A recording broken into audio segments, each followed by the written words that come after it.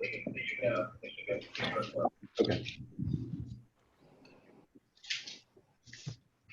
Hello, everybody. Hello. Hello.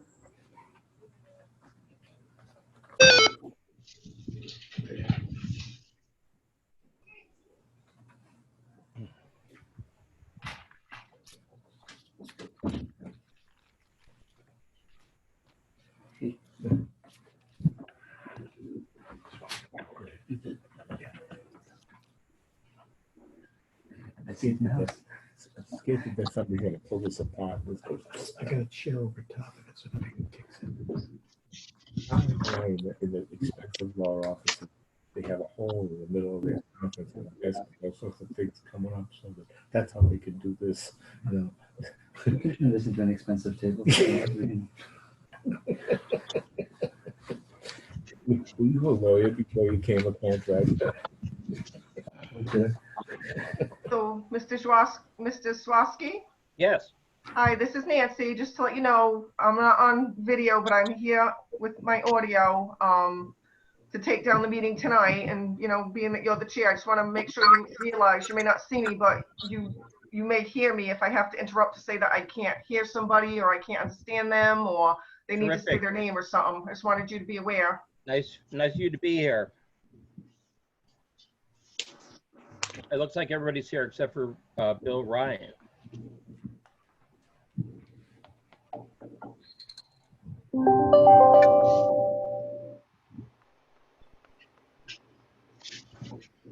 Did I start, Carol?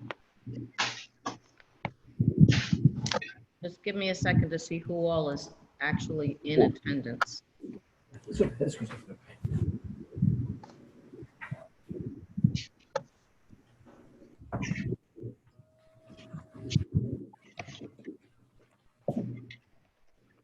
Okay, it does seem like Mike Ryan might be your only one that's missing so far. I'll pay attention to see if he joins the group.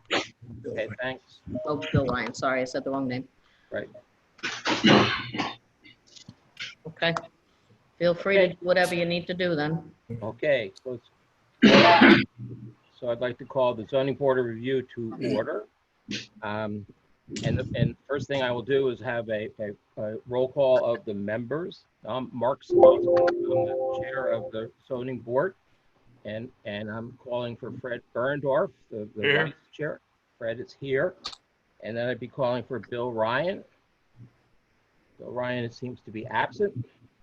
Then I would call for Herb Case. I'm here. Herb is here. Then I would call for George Goulart. I am here. George is here. And then I would call for Stetson Eddy, who also is the secretary for the board. I'm present. Present. And I would call for Charles Hall, who is the second alternate. I am present, and I would like to add that I may have to leave early, but we'll see how that plays out. Okay, thank you. And then we have a third alternate is Mike Folcarelli. Yeah. Great, welcome.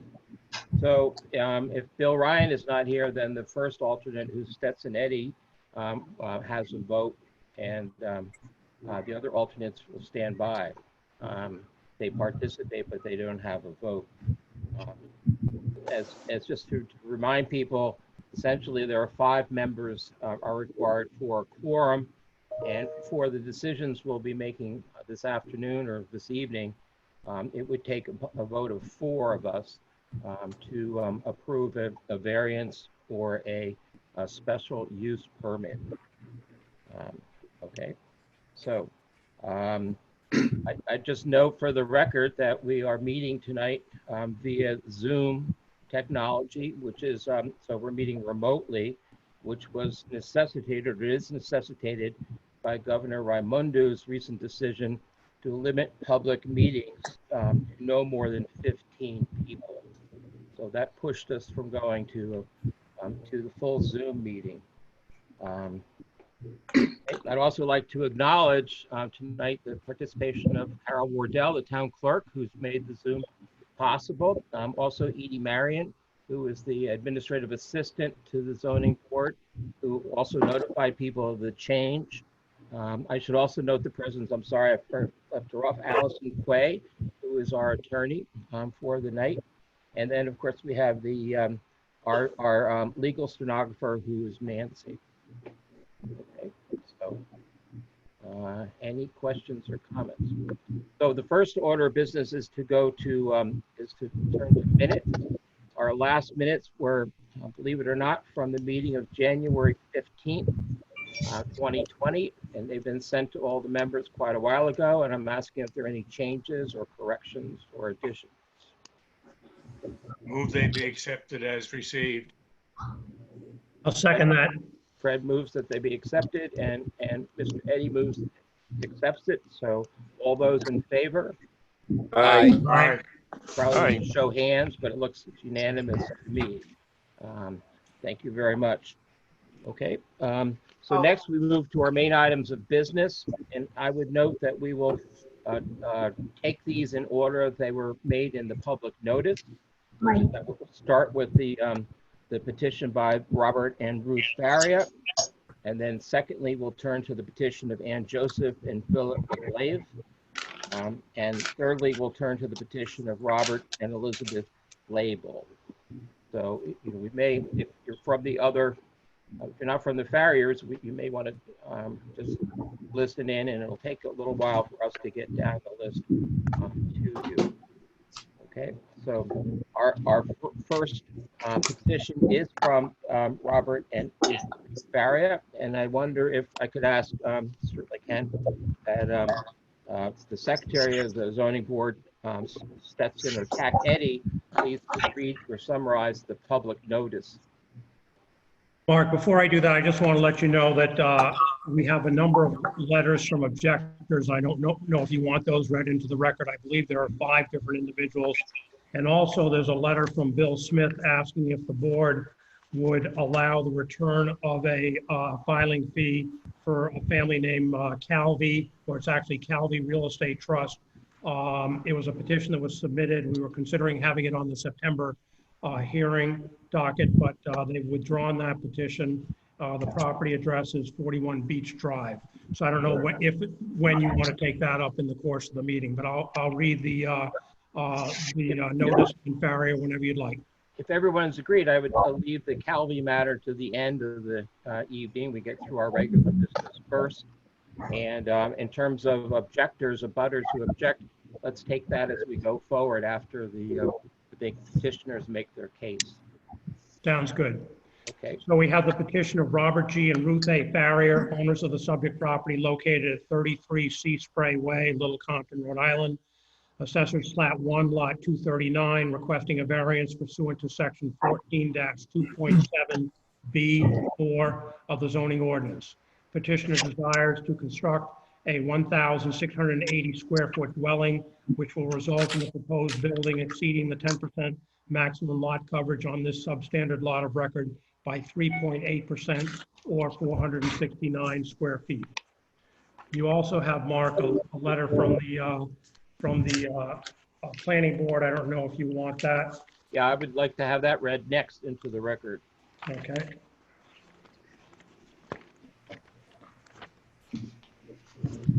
Just read at a comfortable speed, please.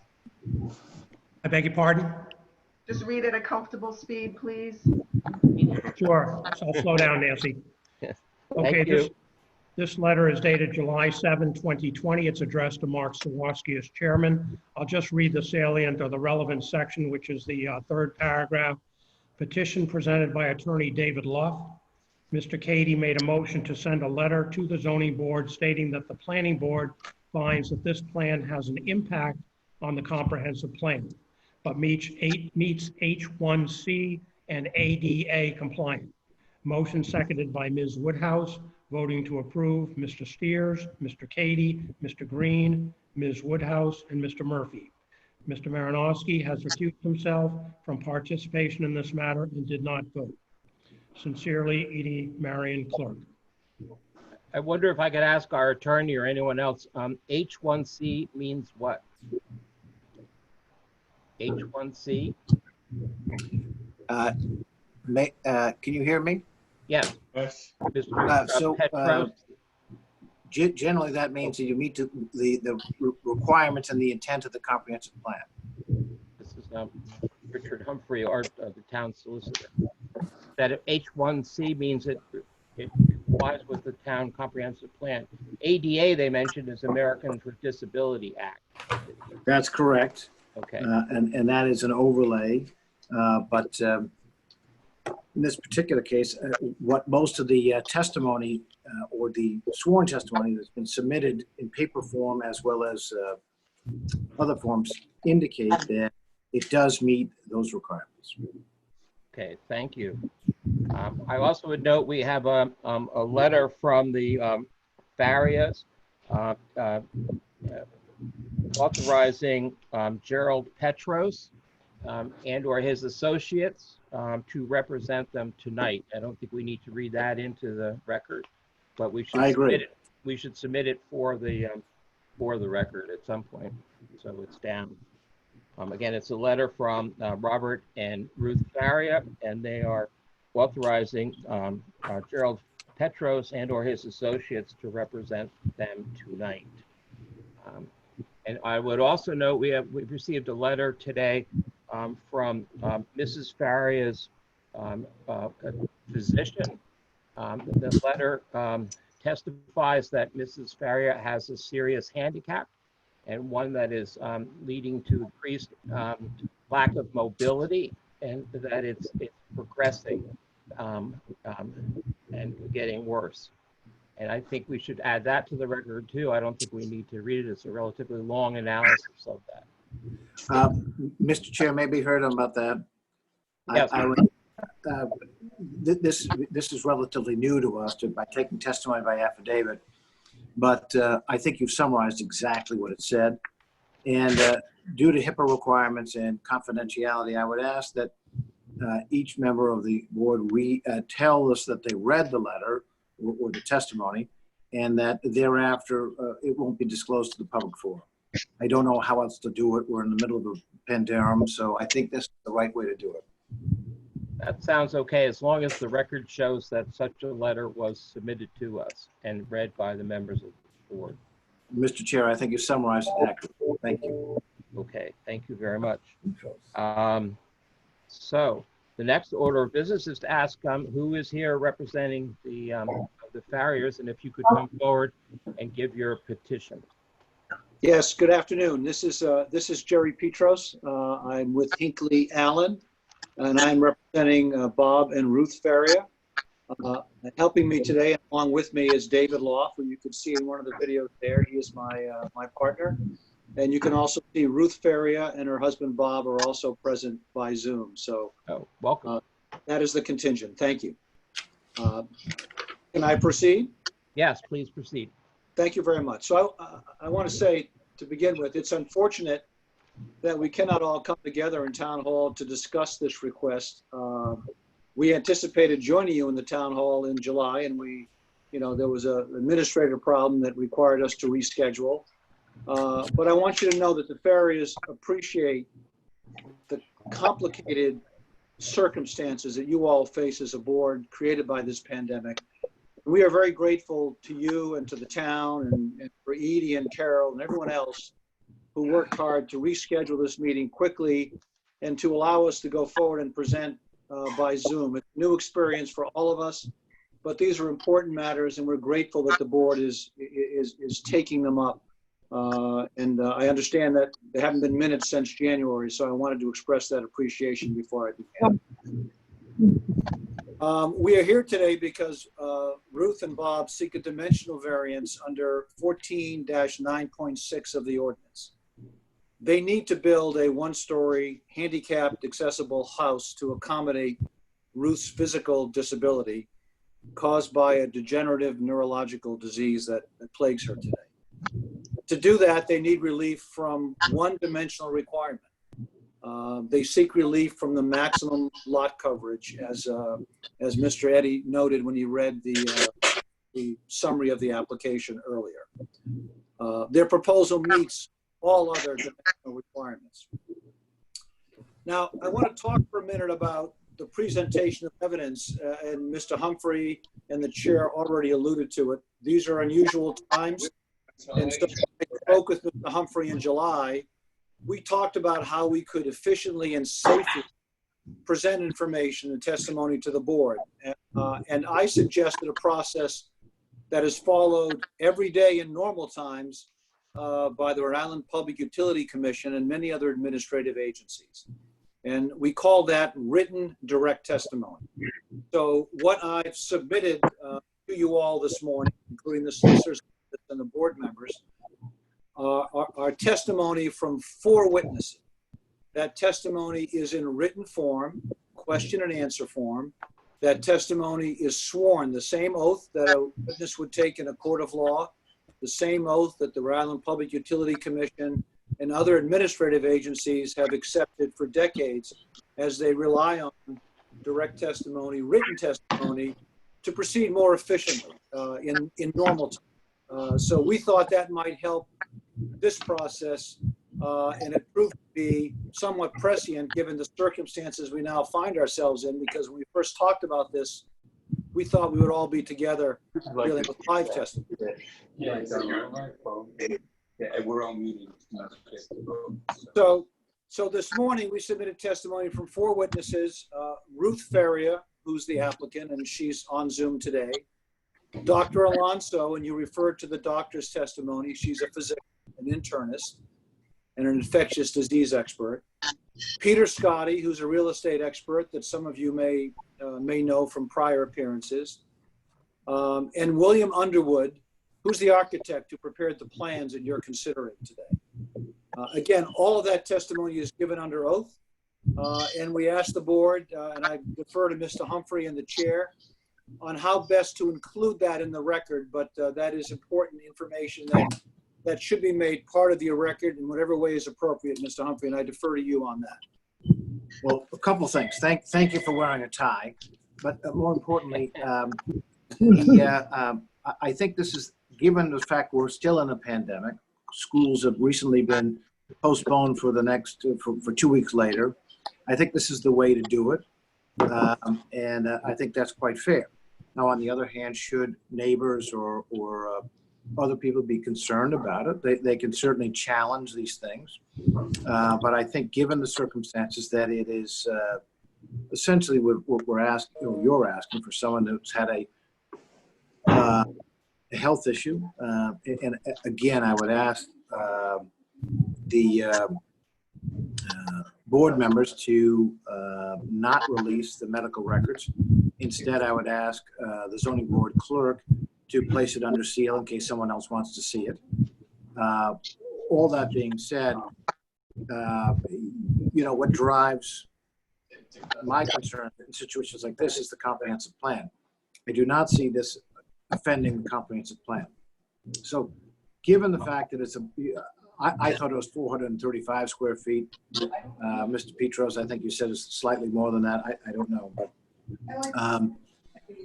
there are small lots down there, and people try to maximize the use of their property.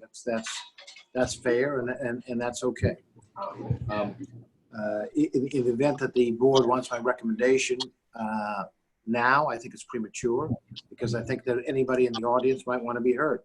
And if they do, the board should hear them.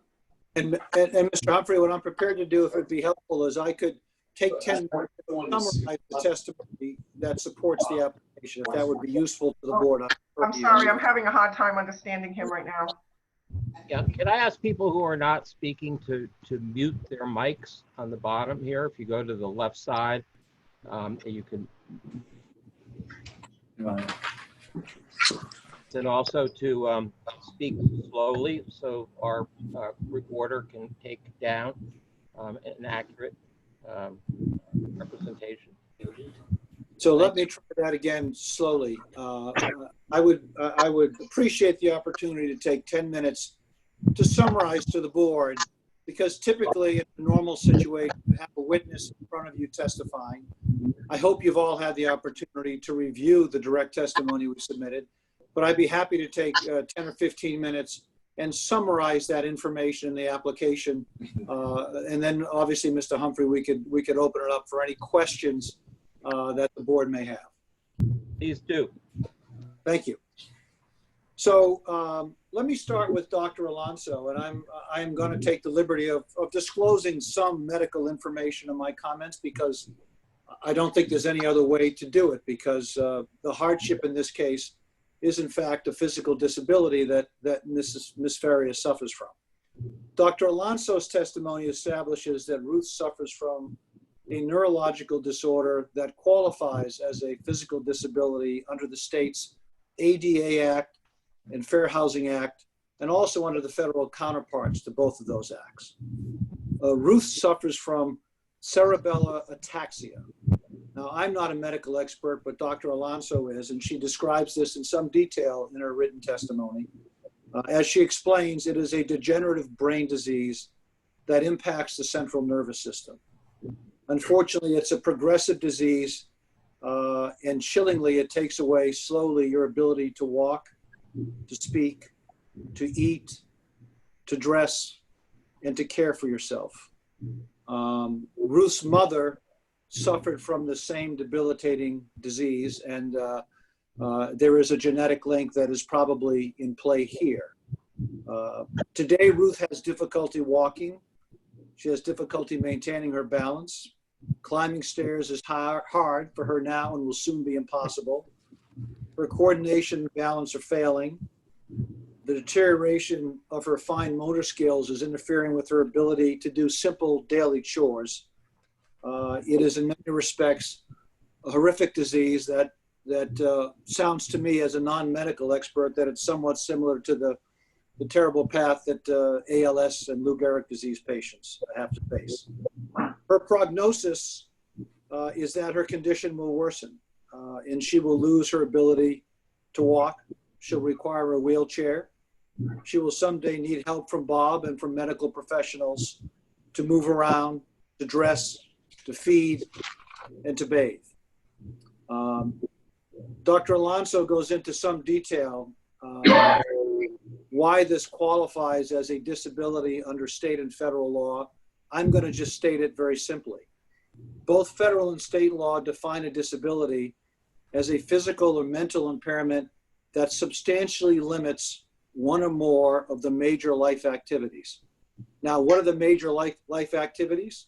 The statutes tell you what they are. They tell all of us. They are things like things we take for granted: walking, standing, lifting, caring for yourself, talking, and working. Each of those individually is a major life activity. And if you have a physical or mental impairment that impairs your ability to conduct any of those, even one of those major life activities, then you are disabled under the law. And unfortunately, Ruth is losing her ability to perform any of those vital activities, and already her ability is significantly deteriorated. And so Dr. Alonso explains in her testimony that is why Ruth is physically disabled under the law. Now, unfortunately, this disease is not like COVID-19. There aren't billions of dollars being spent on a cure. Ruth knows there's not going to be a drug, there's not going to be a vaccine, there's not going to be a treatment. Her condition is going to worsen. And for these reasons, Dr. Alonso concludes that it's absolutely critical for Ruth to live in a handicap accessible home to help her and her family deal with these debilitating symptoms as they worsen over time. Now, that's what's in Dr. Alonso's testimony. I want to talk briefly about Ruth Faria's testimony. You also have her direct written testimony. As Mr. Humphrey indicated, and I'm grateful for that, I cannot overstate how difficult this process is, and indeed how difficult tonight is for Ruth Faria. She is a proud and a strong woman. She is battling her disease heroically, quietly, and with great dignity. Those who know Ruth understand that she's a private woman who does not run around town asking for help or sympathy. But she struggles every day to hold on to her ability to walk, to care for herself, to be a good wife and a good neighbor. All the things we all take for granted, and appropriately. But she's a proud woman, and she's embarrassed by the need to expose so much personal detail regarding her medical condition and her disability, And I hope you will all understand and respect how hard this is for Ruth. In her testimony, she talks candidly about the disease and the disabling consequences of her disease. And when I met Ruth and heard about it, I was struck by the fact that she had to watch her own mother go down this path that she's now walking. And I can't imagine how difficult that has to be for Ruth. It is a cruel fate that none of us would choose. The dimensional variance that they seek, Bob and Ruth, would allow them to use 13.8% of the lot. That would be the footprint, as opposed to 10%, which is in fact the standard in the zoning ordinance. That will provide some small comfort and aid to Ruth in dealing with her condition. Together, Ruth and Dr. Alonso explain how and why disability creates the need for a one-story handicap accessible home. She will not be able to climb stairs, need a wheelchair. She will need a garage large enough to accommodate a van and have enough room to move a wheelchair into the van and out of the van. She needs wide hallways, wide corridors, handicap accessible bathrooms, toilets, and showers. William Underhill, Woody as he's called, is the architect who prepared the plans for the Ferriers.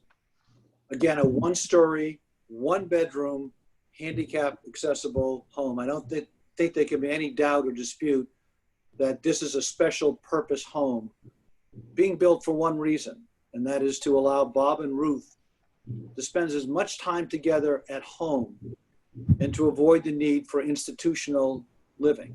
This isn't a home being built for profit. It's not an attempt to maximize value. It's an attempt to accommodate a terrible affliction.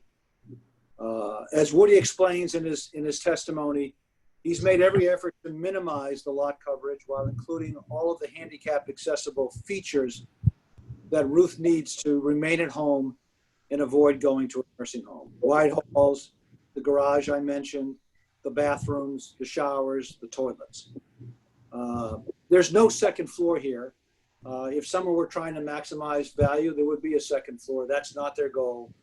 Their goal is to try to build a home that they can stay together in and that can accommodate Ruth's needs. The final witness is Peter Scotti. Peter's a well-respected real estate expert. He's had the honor of testifying before the Little Compton Zoning Board in the past. He's testified in front of many other boards, and I've had him testify and seen him testify, sometimes on the other side, as I'm sure Mr. Humphrey has, in Superior Court as well. He's a very talented real estate expert who deals with variance issues all the time. Peter explains in very specific terms, and I won't repeat his testimony, why the proposed construction will not alter the general character of the neighborhood and why it will not lower values in the neighborhood. This proposed home is not some outsized monstrosity.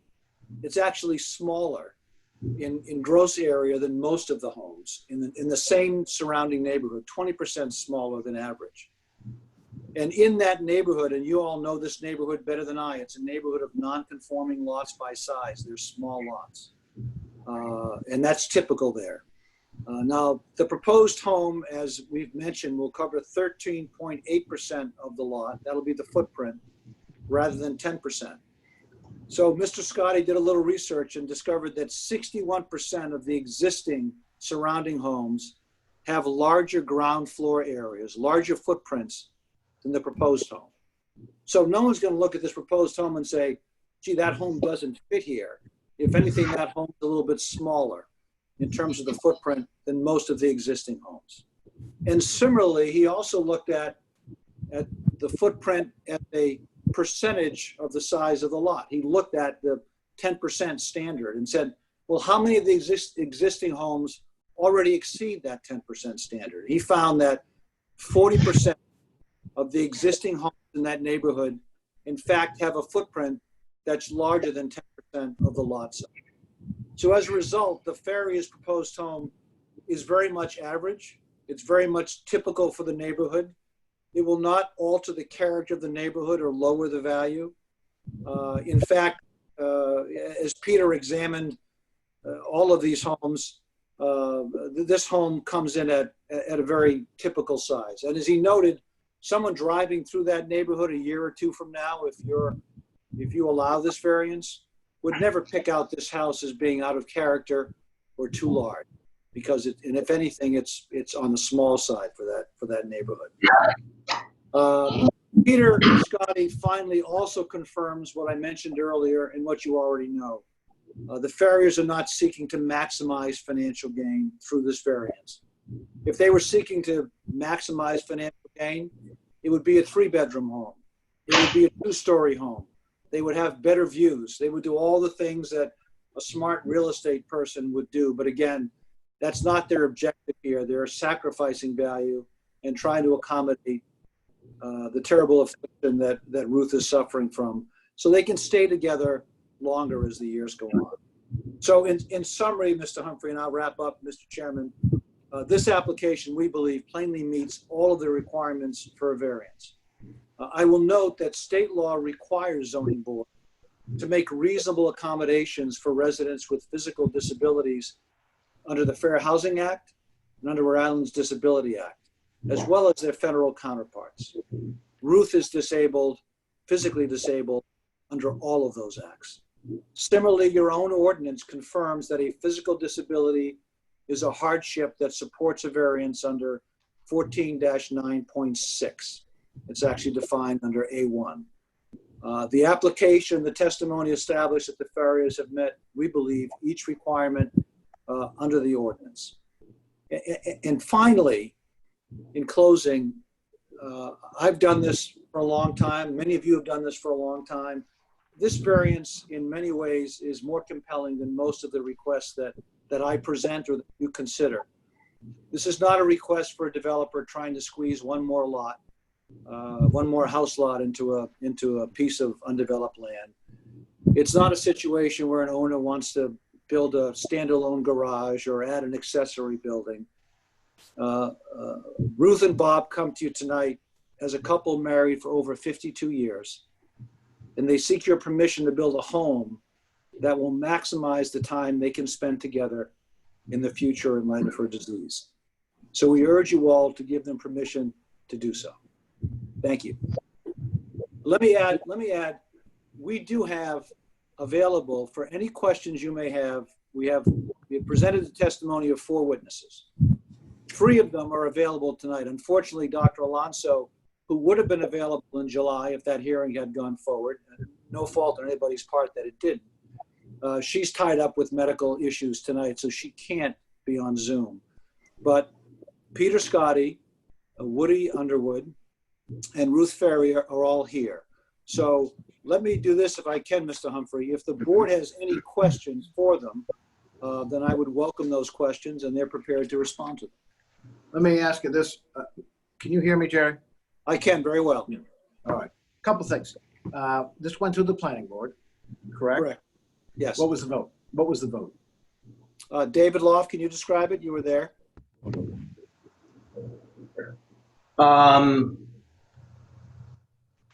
It was a favorable vote on the issue of the compliance with the comprehensive plan.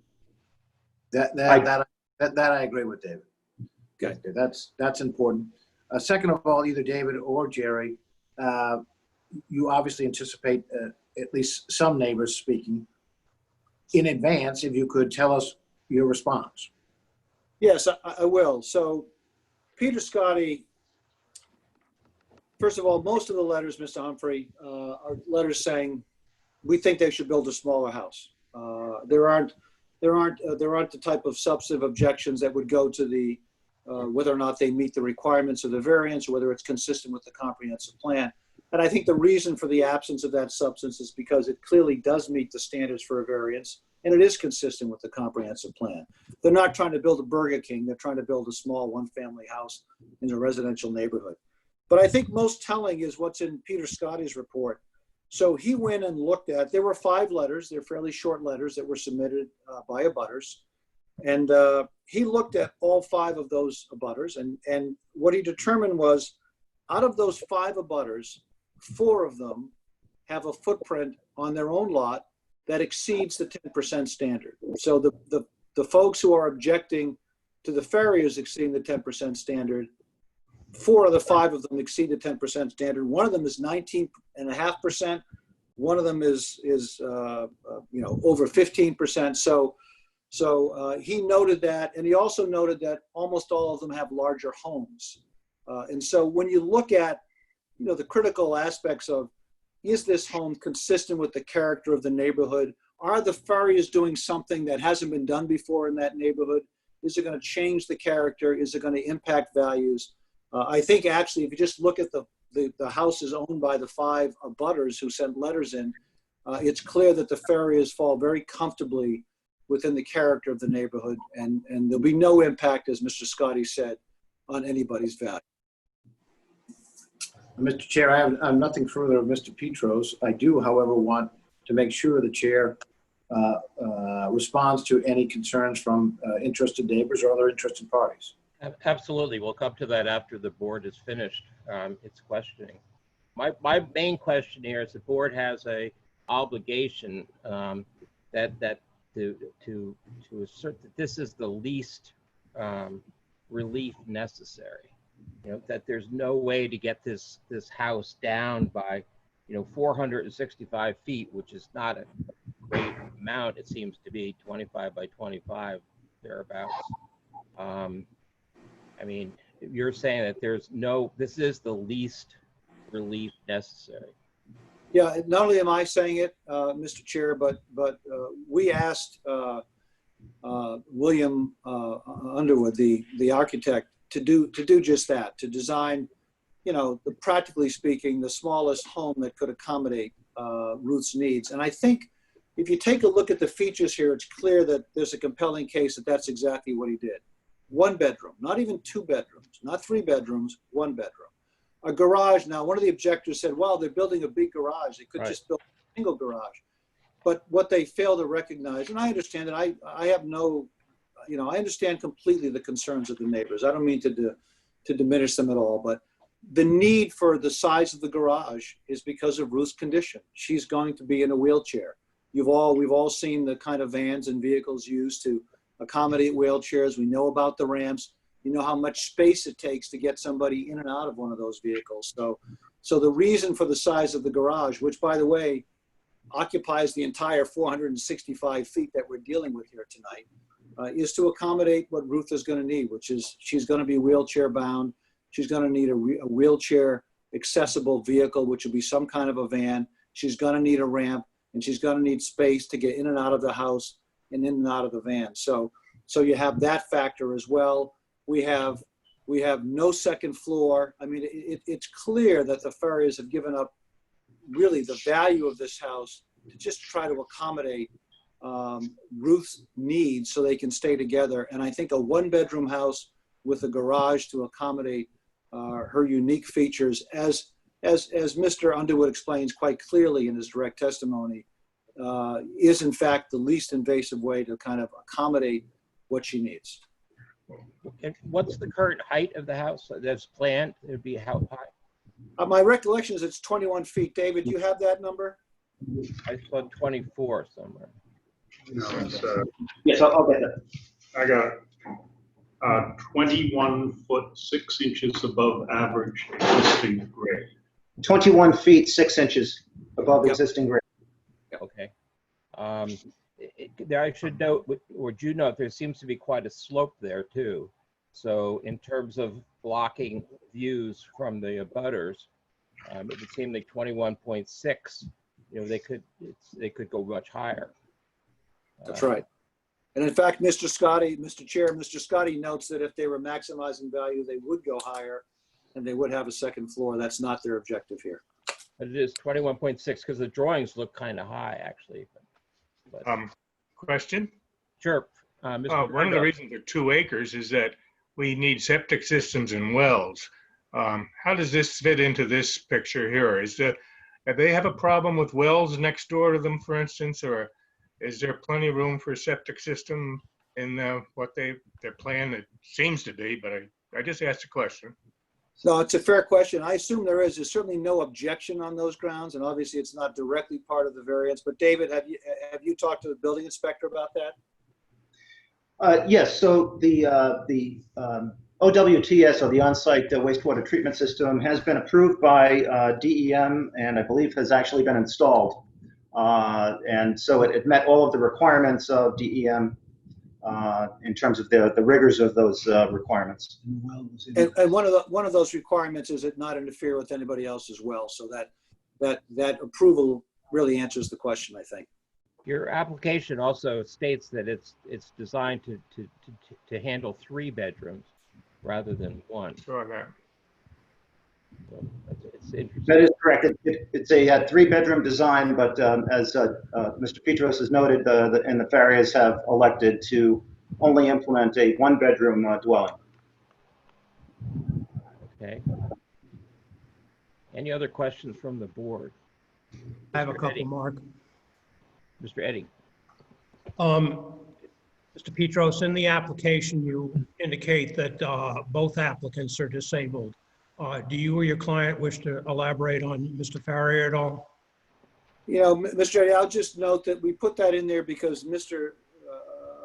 Farrier is a veteran. He suffers from post-traumatic stress syndrome. But frankly, this house was really designed in large part, in all parts, to accommodate Ruth Farrier. So we're not pressing that aspect of the application. I want to deal with what's most critical, and what's most critical here is Ruth's medical condition. So no, Mr. Eddy, we're not pressing that here.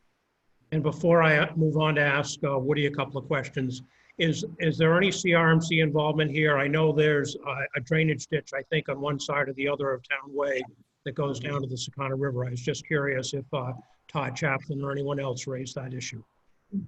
I don't believe there's a CRMC issue. David, have you heard differently? Yes, my understanding is that there is no CRMC jurisdiction over the subject property. And I had a couple of questions for Woody Underwood if he's available. Yes. Tack. Go ahead.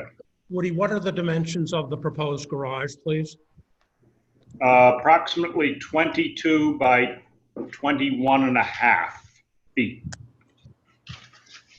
And do you have any idea how much the width of what I will call a handicap accessible van is?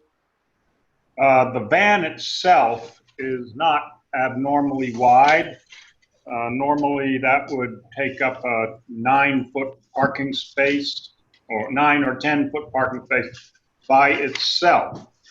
If you are most handicapped spaces, and I would say almost all handicapped spaces, parking spaces that are in public parking lots, also include a 4 or 5 foot striped area next to it. Yeah.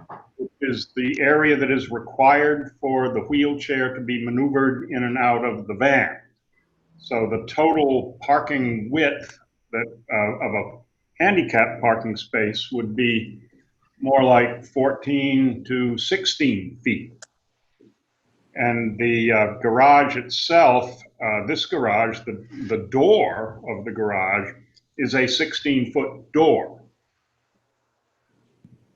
Does that answer the question?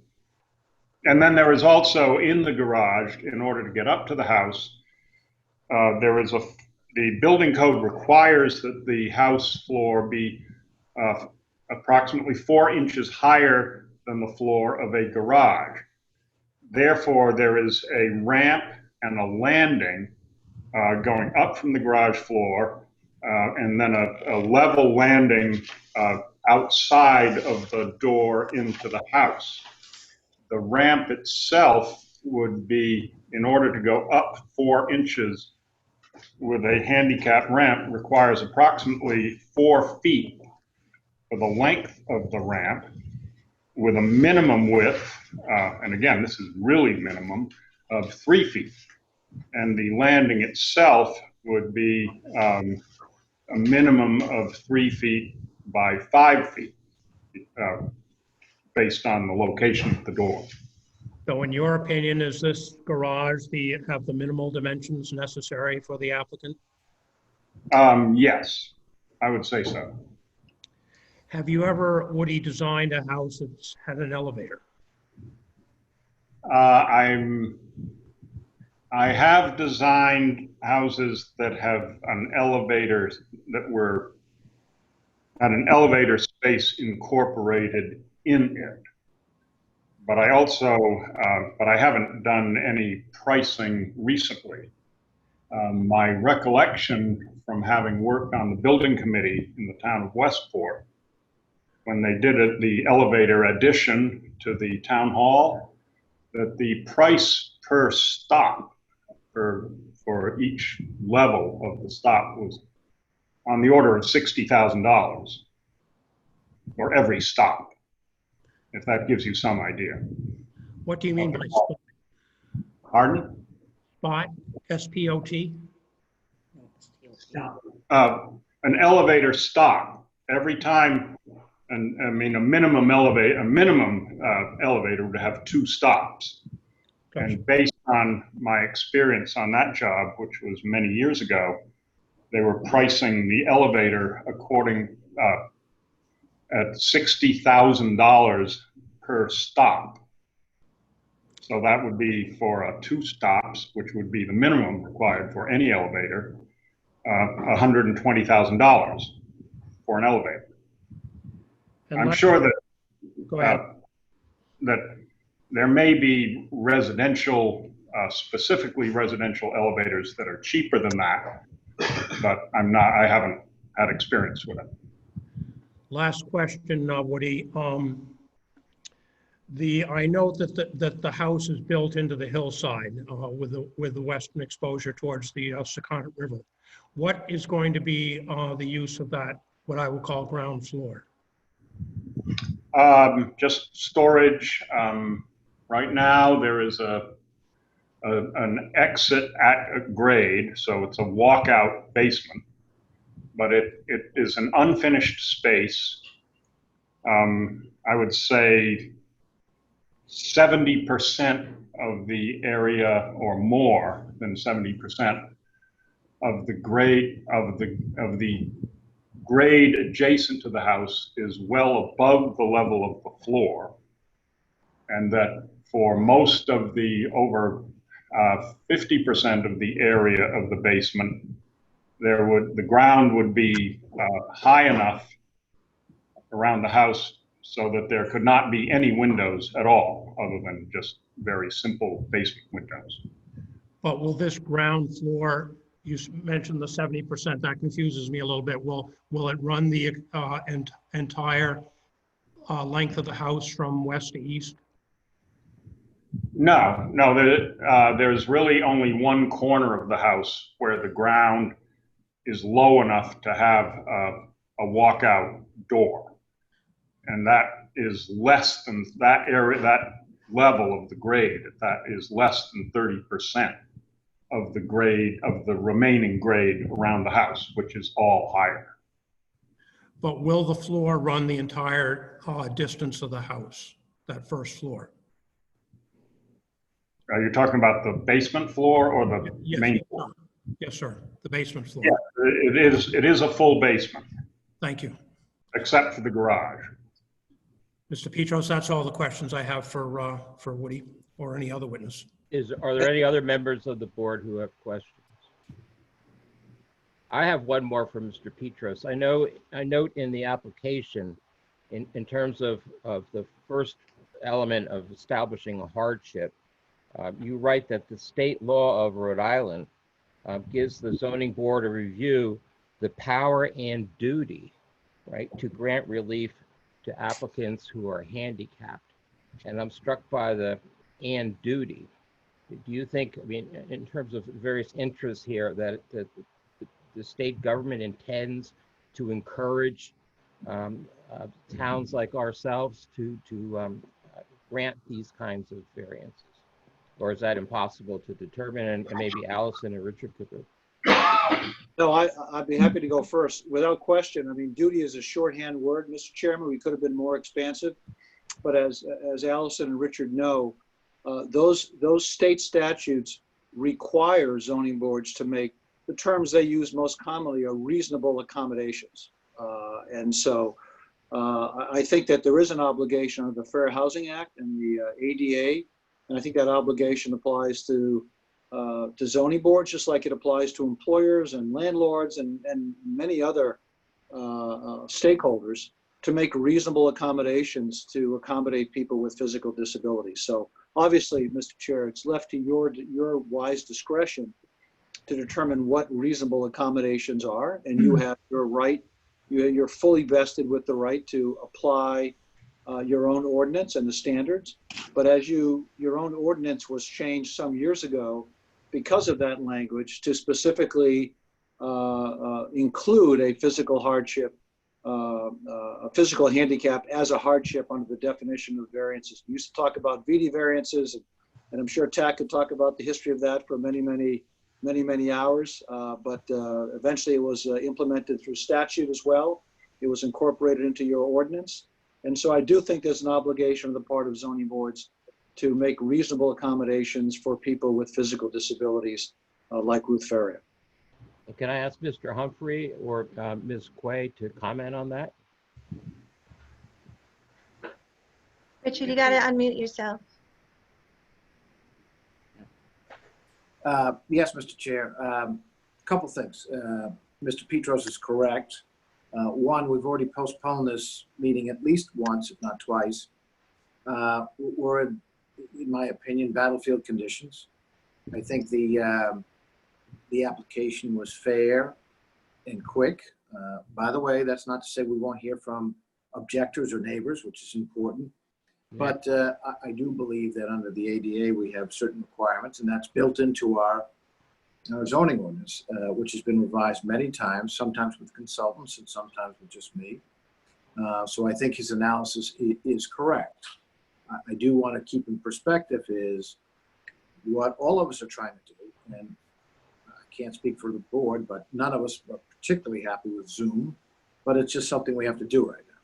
So in any event, I think the Attorney Luff and Attorney Petros have done their presentation as quickly and as effectively as possible. Again, that doesn't discount neighbors or other people that may object, and they should be heard, as well as board members.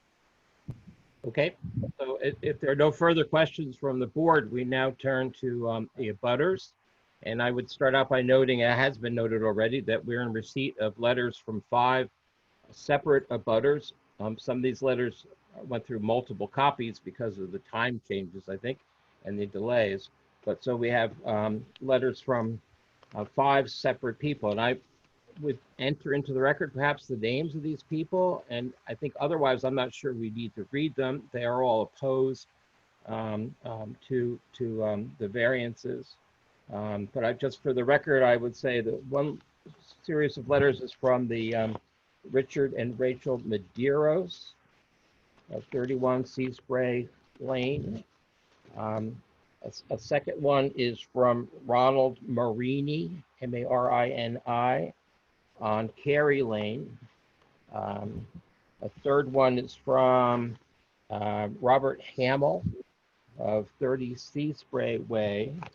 A fourth one, which is an email, is from Jill Trelease of 33 Sea Spray Lane.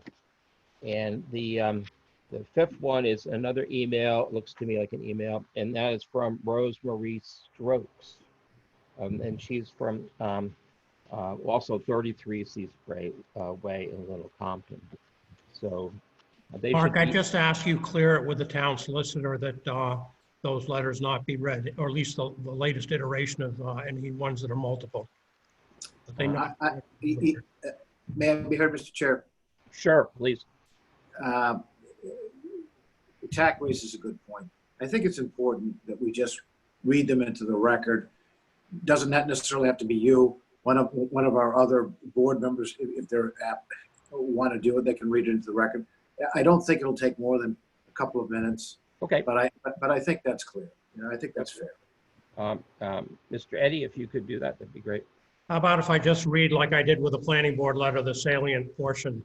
That'd be The terrific. first letter is from Robert Hamill, dated July 11th. I am opposed to the second paragraph reads, I am opposed to the variance they have requested. This lot is adjacent and within 200 feet of my property, and I believe that putting a building the size they are planning is too large for the lot size. Thank you, Robert Hamill. The second letter is from Ronald Marini. I'll read the last iteration, the relevant section. It's dated July 8, 2020. He indicates that he lives on Carey Lane. Farrier has been building in this town for over 30 years that I am aware of. If he wants to build such a large house, he should have purchased an appropriate sized lot. He, I am sure, was well aware of the restrictions that would be presented by that lot. Little Compton is a beautiful town, and that is why I bought here years ago. We should keep it as it is and not start over building as they are in New York City where I live. One builder overbuilt by 20 stories, and the courts are making him tear down the floors that are above the size allotted for that piece of property. We should be as discriminating in taking care of our town. Needless to say, I am not in favor of building such a large house on such a small, narrow lot. I'm sure he could find another lot that will allow him to build a large house. Sincerely, Ronald Marini. The third letter is from Ronald and Rachel Medeiros. The last iteration is dated June 20, 2020.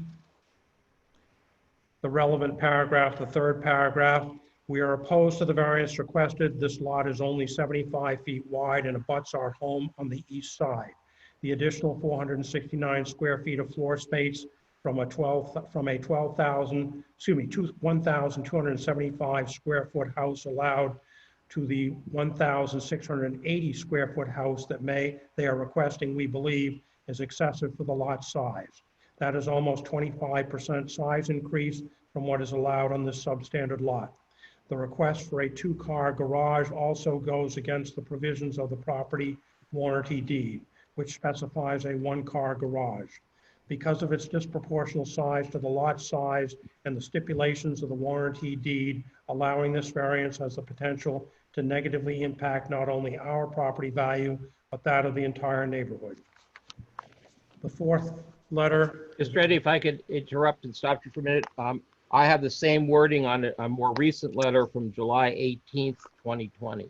So it's the same letter, I believe. It just came in later. So Yes. July 18th, 2020. Thank you. The fourth is from Rosemarie Strokes, who resides at 24 Oliver Lane. In the relevant section, paragraph reads, in my opinion, the petitioners were aware of the limitations of the lot when it was purchased. Also, they can utilize it as by adjusting the size of the new house they have yet to build. I do not see a hardship in this situation. The dwelling size can be adjusted to meet existing zoning. Please consider this letter as opposition to a variance or any adjustment to existing zoning. That again was from Rosemarie Strokes. The last email was from Jill M. Trelease, T-R-E-L-E-A-S-E, Trelease. The relevant section reads, Mr. Farrier initially sent out a letter stating due to his wife's medical problems, he would be building a single floor residence on the property. The plans, which have been already been amended, appear to be more than one level and grossly exceed the parameters set in place for this property. I gladly support any need for structures which support individuals who are facing challenges with ambulation and activities of daily life. However, this can be done within the allotted footprint of the property without a variance. There are multiple handy-capable houses which occupy far less square feet. I appreciate the need for flexibility, but this will negatively affect several residences close to the property. The proposed building should follow the 10% maximum lot coverage. Thank you, Jill Trelease. That's the 5 of them, Martin. Thank you, Mr. Eddy. Can I now ask any of abutters who wish to speak to raise their hands so we can have order? And or if I don't see you, somehow let us know that you wish to speak. I can see them, Mr. Sawowski. Thank you. Mr. Chair, can we just request that anyone who's going to speak say their name clearly, spell it for the stenographer, so we have that on the record? Yes, thank you. The first one that I will ask to be allowed to speak is Mr. Richard Medeiros. He's raised his hand first. Okay, Mr. Medeiros. Good evening. Good afternoon. Can you hear me? Yes. Okay. My name is Richard Medeiros, and my wife and I have lived at 31 Seaspray Way since 1994. I have lived in a Windmill Hill area for 70 years, except for 2 years, period, when I was called into the Army to serve. And I wasn't going to throw it, but I am also a disabled vet. My family moved here when I was 9 years old. So that's, I'm 79 years old right now. In October of 2019, Mr. Farrier approached my wife and I about purchasing the lot at 33 Seaspray Way. At that time, we told him that we would oppose any variance requests for a light lot size increase, coverage increase. Mr. Farrier is a builder, has built at least 5 homes in this area and throughout Town Moore, and is very familiar with the zoning restrictions. What he has proposed is a house that is more than 34 or 35% larger than allowed, going from 12,000 square feet to 17,000 square feet, with driveways and a walkout basement with full windows on a north side townway and a main driveway and 2-car garage on Seaspray Way. I forgot one thing. This is my first time at a zoning board meeting, so I might be a little bit nervous. Excuse me. We feel that this excessive lot coverage, it actually has the potential to be a 3-bedroom house with rental apartment, as he has his current home now at 17 Town Way, which is approximately 400 feet from this lot, which has, by the way, all the living accommodations on one level. He has a garage that is 2-car garage that is 24 by 23 feet. He has his kitchen, dining room, living room, master bedroom, bathroom, all on one level at that house. I just seems to me that this is just building the biggest house on the smallest property to get the biggest return. And here's one of the reasons why. In February, when I came back from vacation with my wife, and everything was going on next door, I went to the town hall and I spoke with Carol Wardell, and I said, I would like to see the plans for the house that is going up on 33 Seaspray Way. She showed me the plans. I looked at them, and I seen a 3-bedroom house with 2 driveways on those plans. About a month later, or 6 weeks later, is the first time I seen Bob Farrier, who just came back from building a house in Florida, I know of. And I asked him, I said, I approached him on his lot, and I says, Bob, I thought you said you want to downsize. If you want to downsize, why are you building a 3-bedroom house? And he told me, oh no, he looked me right in the eye and says, oh no, it's a 1-bedroom house. I said, really? So the next day I went to see Peter Medeiros at the town hall. I said, Peter, can I see the plans for that house on 33 Seaspray Way? And there it was, a 1-bedroom house. I said, these are not the plans that I see in February. He said, oh, those were pulled. These are the new ones that have been submitted. Now, since that time, there's been about 4 different plans from 2 driveways to 1 driveway, to 3 bedrooms to 1 bedroom. I really don't know what he's thinking. But to me, this sounds just like a normal flip. That's what he does. That's how he makes his living, is building and selling houses. We all know that Farriers are voting residents of Florida. This house is intended for short-term use, and he's looking to get the largest house possible on his substandard lot in order for the largest possible profit, not caring about the neighbors he impacting. In closing, I can't talk as long as the other guy did. In closing, he knew it was a substandard lot with restrictions. He knew of opposition to the variance before purchasing it, and we were concerned that this amount of coverage that he is asking for is excessive and will impact the abutters with increased property values because of that coverage. Look, Compton has zoning laws. Let's enforce them.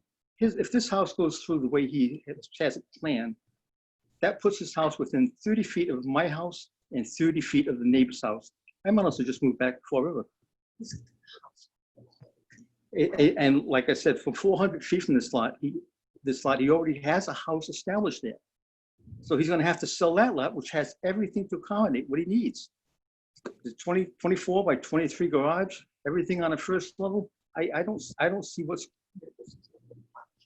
I just can't understand why we have to keep letting people walk all over town. He's not even a resident here. Well, he's a resident, but his legal address is in Florida. And that's all I have to say. And if anybody has any question, I'd be more than happy to answer. Thank you, Mr. Medeiros. Mr. Chair, Yes. I think Mr. Medeiros made some valid points. I'm delighted that he spoke. It's not easy to speak in these cases. And if there's any other neighbors, let's hear it. My bosses on the town council want to hear all the voices all the time. So I think that was excellent that he took the time to do that, made salient points. It's up to the board how they vote, but I really appreciate it. Thank you. So we can hear from the next abutter. Yes. Harold, to you. The next abutter is Rosemary Stokes. Ms. Stokes. Ms. Stokes, you're recognized.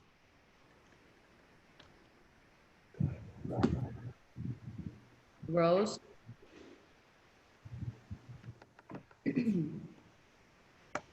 Rose, I see your microphone is open, but we can't hear you.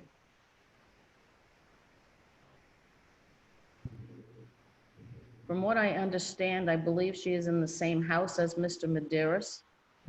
Is there a possibility of you using Mr. Medeiros' connection to make your comments?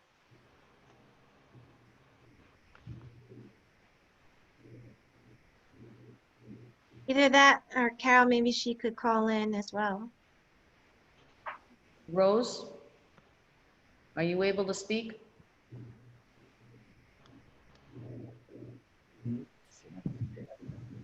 Or maybe we can come back. Carol? Carol, I'm Yes. right here on the Medeiros'. Okay. Okay? Yes. I'd like to pass this over to my husband, Sal Marinosi, because he's better at explaining what I want to say or what we want to say, because I get too emotional. Is that okay? Yes. Okay. Mr. Chairman and the rest of the board, and I guess the basis of what my wife is saying is that the lot, the limitations of the lot were very obvious to everyone who looked at that lot, and many people did, and the size of the house that could go on the lot basically kept a lot of people from buying it, as far as I know. Now, what had happened is that I looked at the drawings that were submitted, and the drawings I looked at come up with over 1,700 square feet. They get closer to 1,770 square feet. I think that to give this variance because you need a bigger garage is the wrong thing to do. I think the garage could be 13 feet wide, 14 feet wide. He could cut down that size, cut the size of the portico in front, which is also square footage on the footprint, and do something with, there's a stairway that goes up to the goes downstairs. There's another stairway that goes upstairs.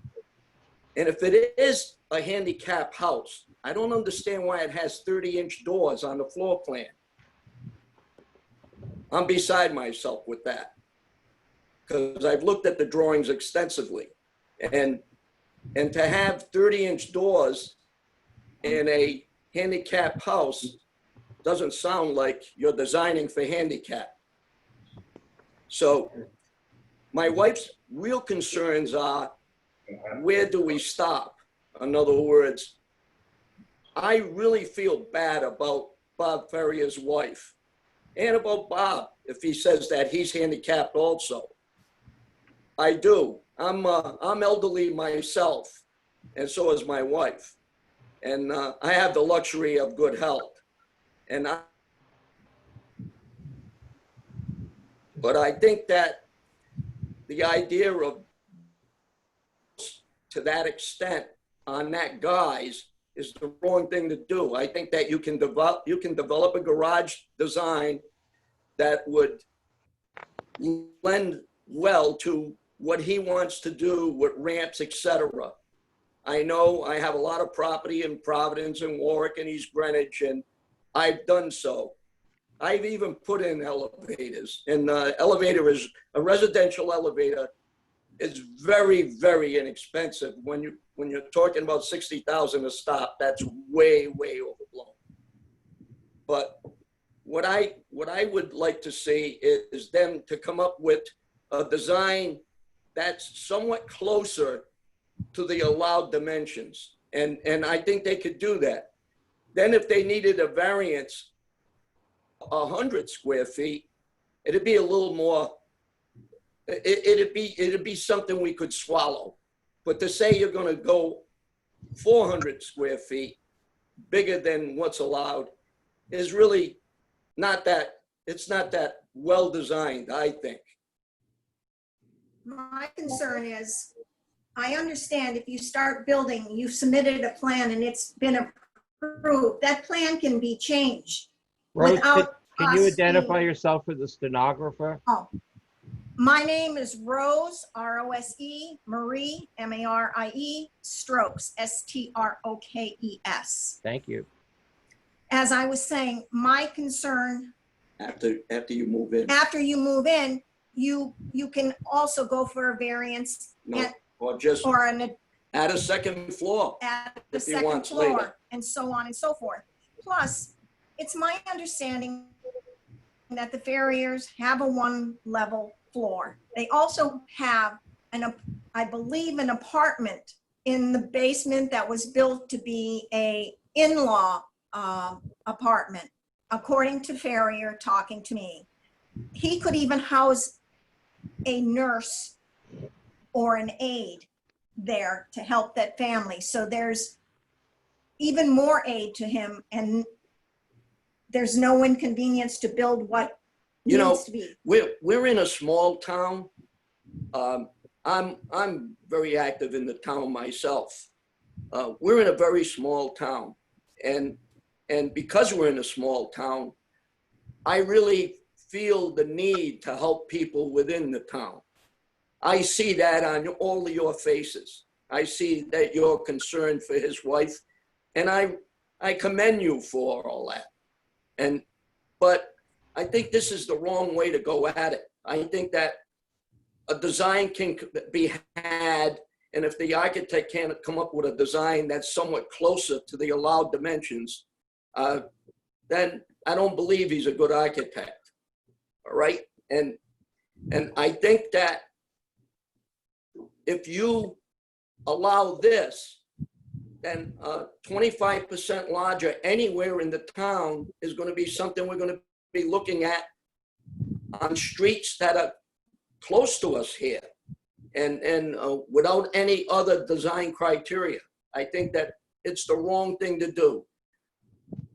A hardship is someone who's in a lot already and has to adjust his house to accommodate his new lifestyle. This isn't that case. This hardship is something he's bringing on himself because he's buying a lot that's unsuited for his design.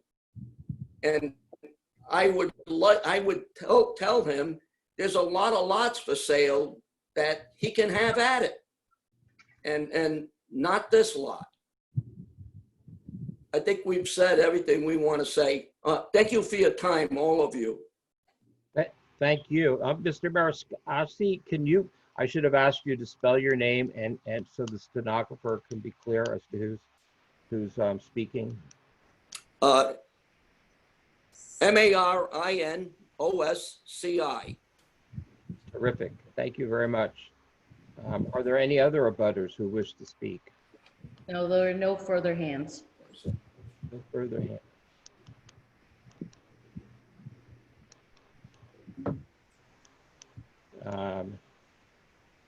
Would Mr. Petros like to respond? I think that's appropriate. Or Yes, I'll be very brief, Mr. Chair.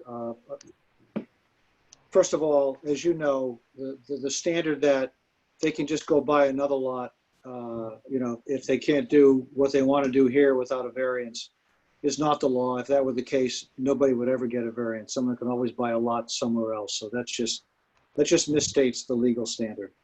Second, I would just note that the property owned by Ms. Stokes, her lot coverage is 18.58%.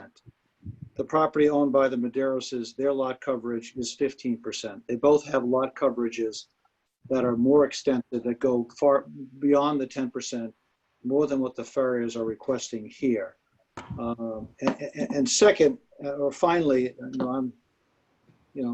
I understand it's, this lot's been empty for a long time, and I'm sure the neighbors would like to stay empty for as long as possible. But just to return from where we started, this is I think the Ferriers have demonstrated a compelling need for this variance. I think it's a modest variance. I was stunned to hear the suggestion that you're trying to maximize value with a 1-bedroom, 1-floor house. They could almost double the square footage by going up higher if they wanted to, and that's not what their objective is.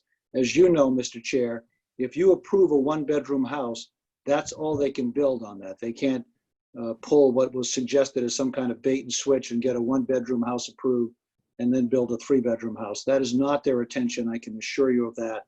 Their intention is to build, if permitted to do so, the handicap 1-story home that they propose to build here. I could respond more and take more time, but I have to rely on the judgment of you and the other board members to do what is fair in this situation, and I'm willing to do that, and I know the Ferriers are too. Mr. Petros, would you remind the board of the various requirements that they must consider in granting this proposed variance? I'd be happy to. The first is that the hardship that the applicant seeks relief from is due to a unique characteristic of the subject land or the structure and not to the general characteristic of the surrounding area.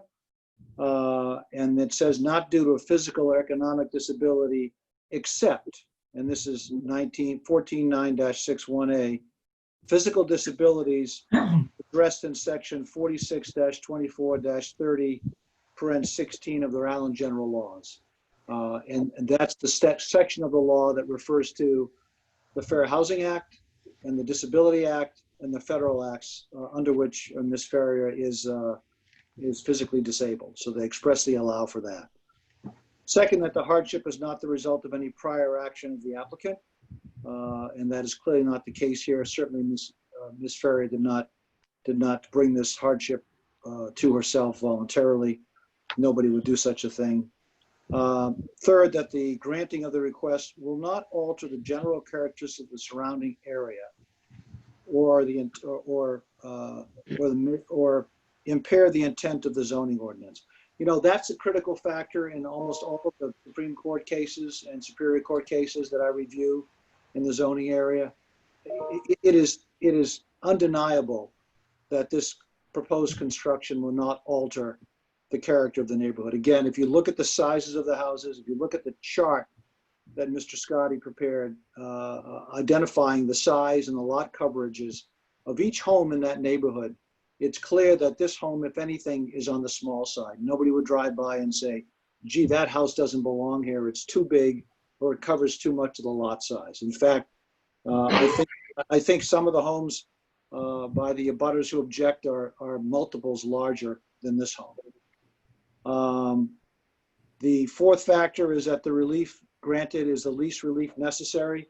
Again, we have testimony from a well-respected architect who was tasked with the measure of designing a home to accommodate a person with a substantial physical disability.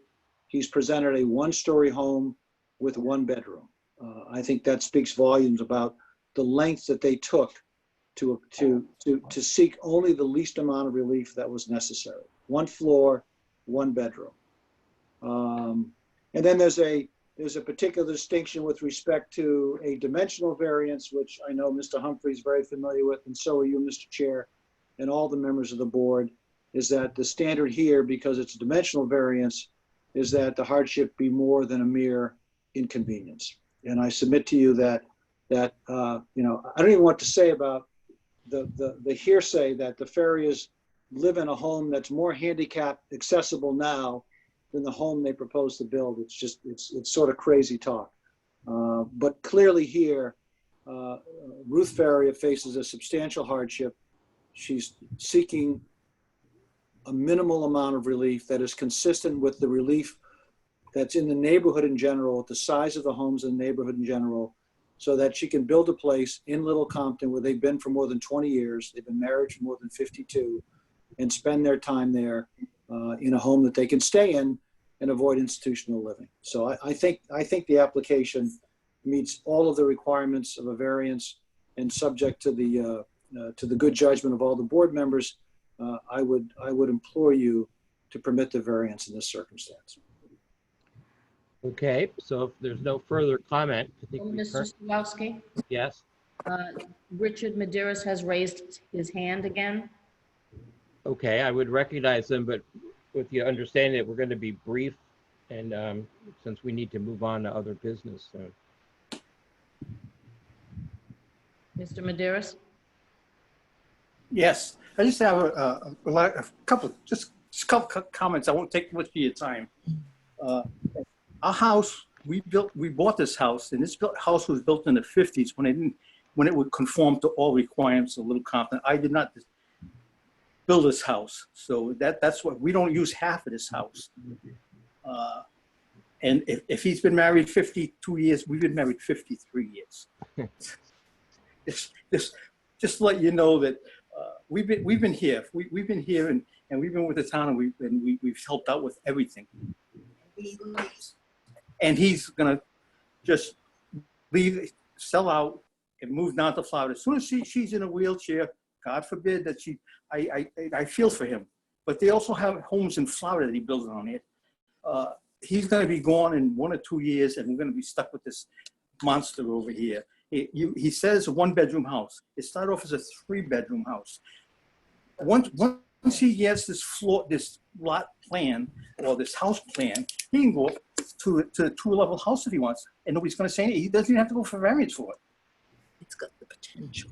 That's the potential. Plus if you look at the plans, in the foundation, there's 2 big windows on let's see, off the west side, the north side, and there's a doorway, a full door walkout doorway on the west side.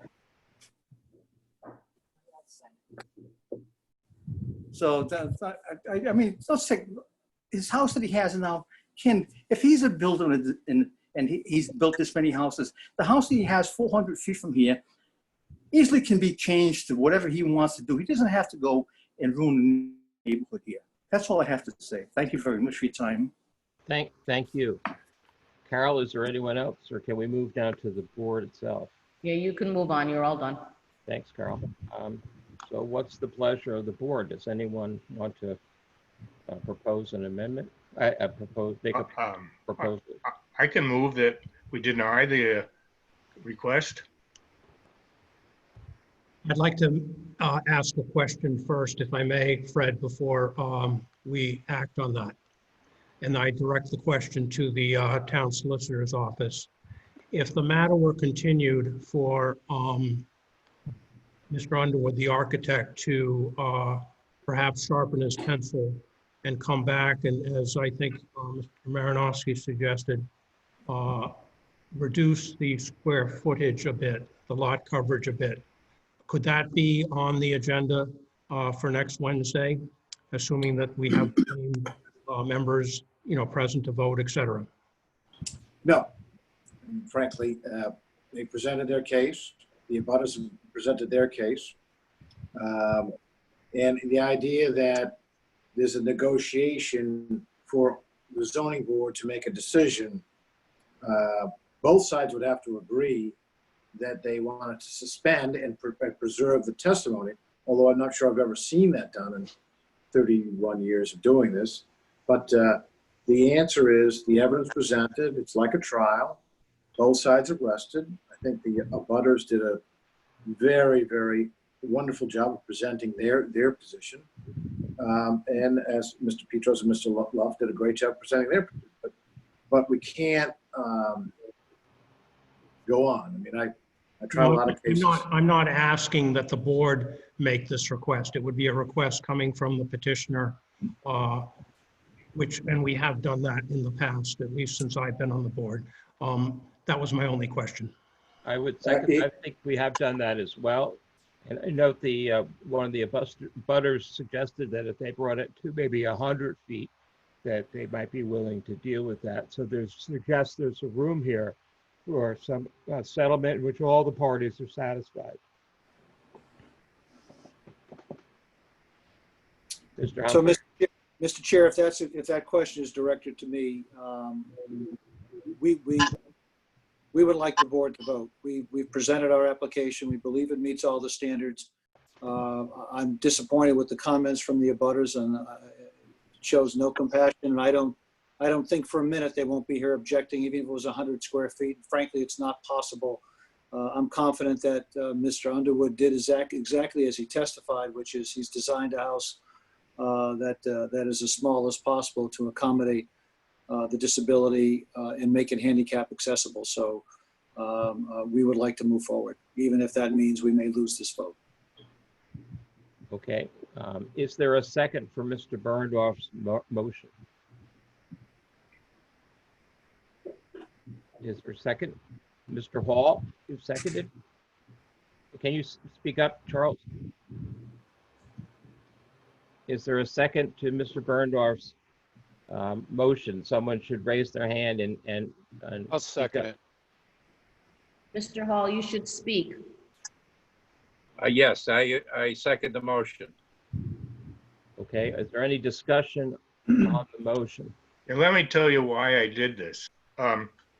Just because all the other houses may not fit the dimension has nothing to do with what's happening here. This is a brand new house, and I don't care what the architect has shown or but I know he could get it down so it was just at the 10% level. And that's my whole point here. They're not there yet.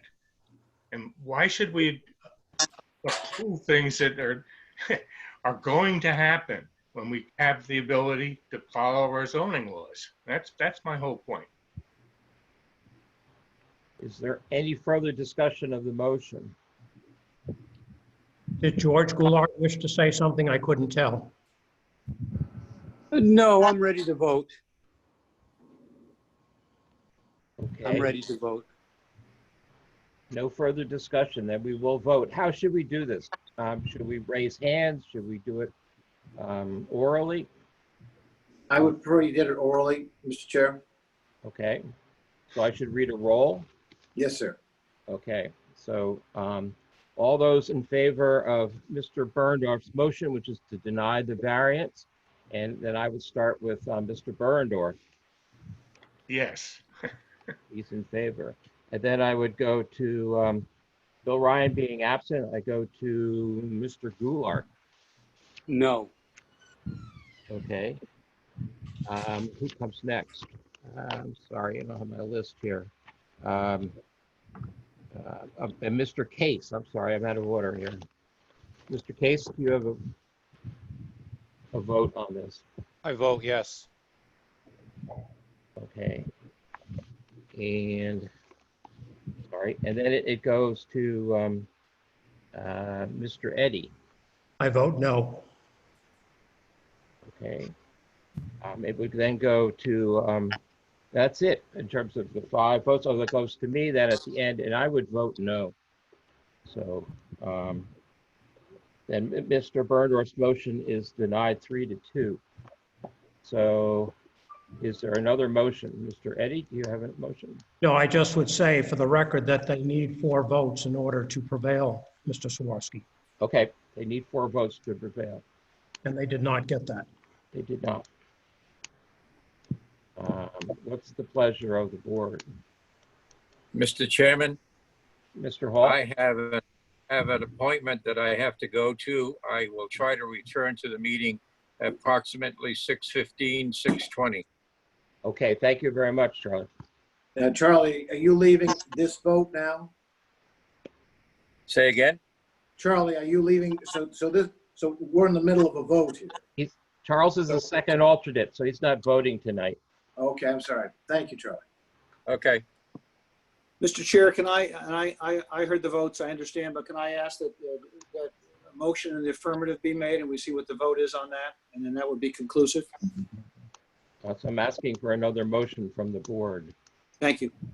I make a motion that we approve. Sorry, who said that? George Gulart? And is there a second? I'll second it. Second by Mr. Eddy. All those in favor, starting with Mr. Berndorf. I'm sorry, all those wishing to vote. All those in favor, starting with Mr. Berndorf. Yes or no? No. Okay. And then we go to Mr. Case. No. Okay, so that's that. Then we go to Mr. Goulart. Yes. And then we go to Mr. Eddy. I already voted, Mark. You're up. Oh, I didn't see you vote. Oh, I'm sorry. I vote in favor. Okay, and then I would vote in favor as well. So once again, we do not have 4 votes in favor. So can I ask the legal counsel, what do we do in this position? Well, that's interesting. I'd like to hear from either side, Mr. Petros and the objectors. Can we just be clear on something? Mr. Goulart, did you vote in favor of granting the variance or in favor of denying it? In favor of granting it. Okay, so we've got Goulart, Mr. Eddy, Sawaski. It was a 3-2 vote, Allison. Thank you. And we need 4 under the rules. That's correct. So realistically, it fails. So that is correct. We did not approve the variance. That's correct. Mr. Chair, I'd like to thank you and the board members and the solicitors for their time today. Thank you. And thanks everyone who was here and it's for standing up and giving us your views, participating. And I think if it's the pleasure of the board, we would turn now to the next case.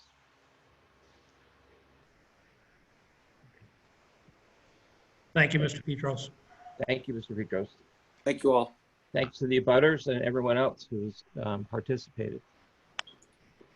Okay.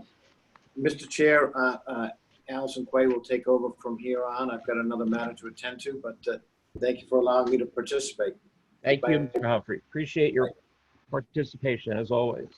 Thank you.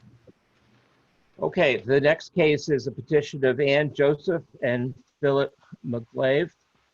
If we could have the secretary of the board, we'll wait for a minute.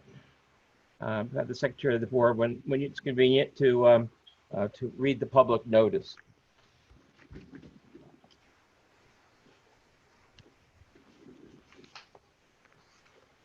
Petition of Ann Joseph and Philip McGlave, owners of the subject property located at 38 Long Pasture Road. Sorry, Nancy. Little Compton, Rhode Island. Assessors Plat 32, Lot 4-1, seeking a side yard variance pursuant to Section 14-4.1 of the Little Compton zoning ordinance. Petitioner desires to renovate a legal non-conforming structure. The said structure is non-conforming because the north side of the building is 10 feet from the property line. Petitioner also requests a special use permit as provided by Section 14-2.5F, that's F as in Foxtrot, of the Little Compton zoning orders to allow the demolition of a sunroom and bedroom, which will reduce the overall footprint of the house. The lot coverage will decrease by 620 square feet. Thank you very much. And there's a letter to us from the planning board on this matter. Could you read that as well? The relevant section of the letter is dated July 7, 2020. It's addressed to you, Mark Sawaski. The relevant section reads, Todd Strunk of 16 on Center presented the plan on behalf of the applicants. After discussion, Mr. Cady made a motion to send a letter to the zoning board stating that the planning board finds that there is a minimal impact on the comprehensive plan and it meets with H1C in the comprehensive plan. Motion seconded by Mr. Marinowski, voting to approve Mr. Steers, Mr. Cady, Mr. Green, Ms. Woodhouse, Mr. Marinowski, and Mr. Murphy. Sincerely, Edith Marion, clerk. Thank you very much. And who is here on behalf of the petitioners?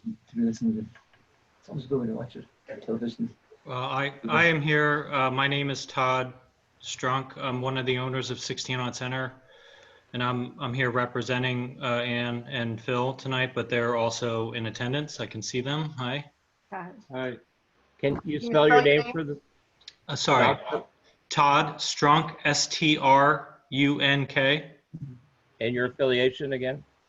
I'm the owner of 16 on Center design build firm, and we are working with Ann and Phil on their renovation. Thank you very much. Proceed. Mark, I think also one letter from an abutter in favor of the petition whenever you're ready.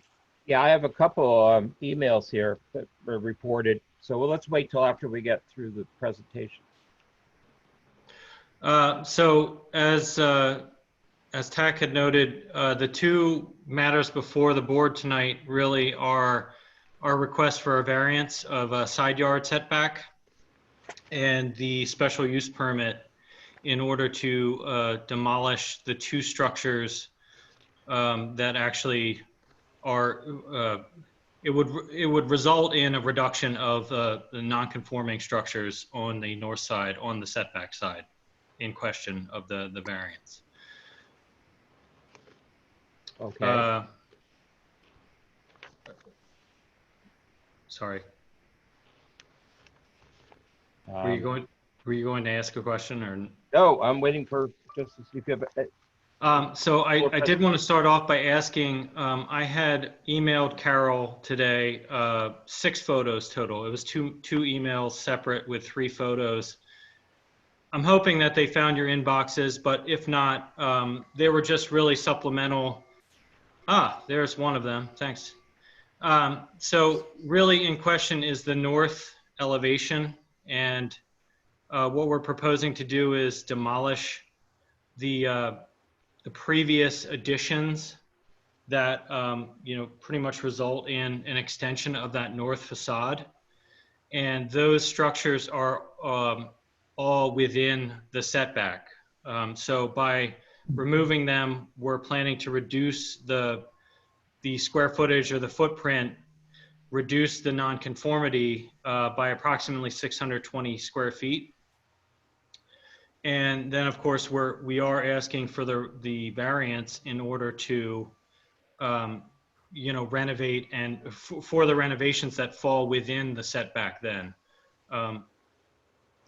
Essentially that is the two things that we're requesting tonight. Okay, so the setback you're dealing with is the existing setback, and you're not getting any closer to the wall to your north by this. No. No. So it will remain 10 feet, Mr. Strunk? Yes, the renovations are geared around getting back to the original old stone foundation. But there is renovation work that is happening within the existing setback. So that is the request for the variance, is that the internal modifications can, proceed. So you're building on the old stone foundation of the barn that was once there? Yes. Okay. And the area you're taking down is actually to the west, is it not? I mean, it's closer to long pasture. Yeah, it's actually to the west and the east. So actually, if you were able to look at one of those photos, shows a very long, narrow elevation. That is the existing condition of essentially the 10-foot current position of the old stone foundation, with the 2 current previous additions attached. When they're removed, our goal is to reduce it back to the original stone foundation. You also say you're building a new deck, reconstructed deck to the southeast, it seems. And is that the area added by the deck? Is that you take it into account when you say you're reducing the total square footage by 600 square feet? Yes. That's included in that. Thank you. Are there any other questions from the board? I just wanted to ask Mr. Strunk, is the building height going to remain at 22 feet? The building height is not getting any taller. And again, just so I make sure that the existing foundation is approximately 10 feet from the north wall, the existing stone foundation. There's not going to be any improvement above that that's going to go closer than that 10 feet? No. Thank you. Can you describe what's north of that wall, on the abutters north of that wall? Are there any houses or?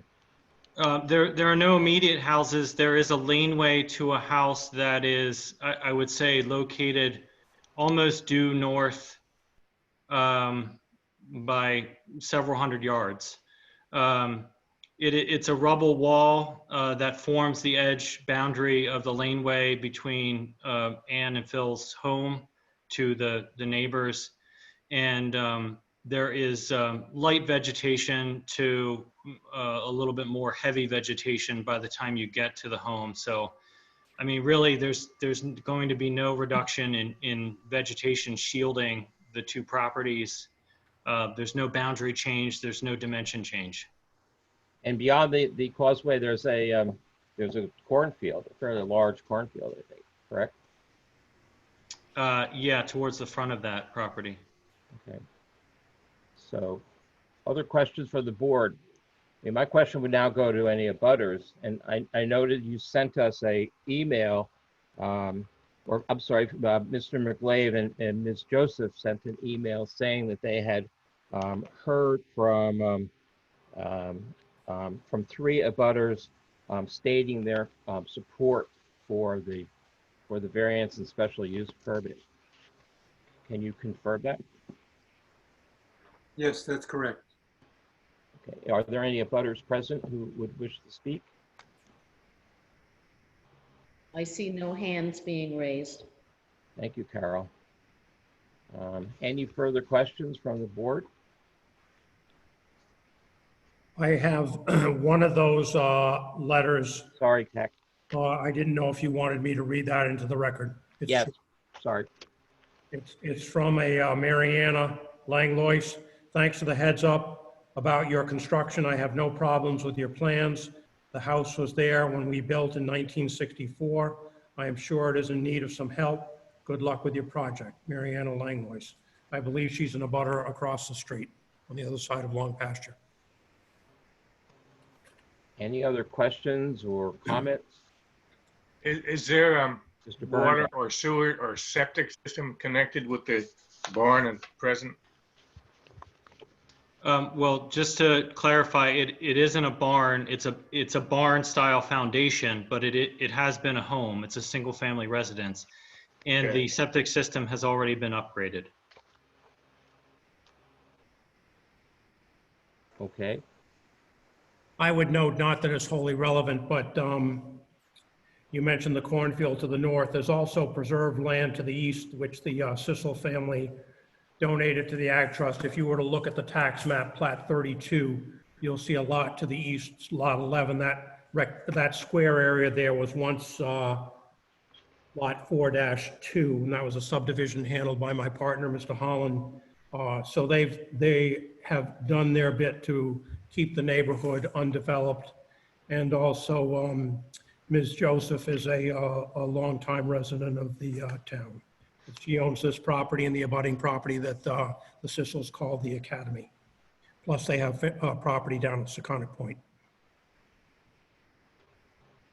Okay, so the petitioners are asking for a variance in order to build within the 25 feet setback, and they're asking for a special use permit to remove a structure that is legally non-conforming.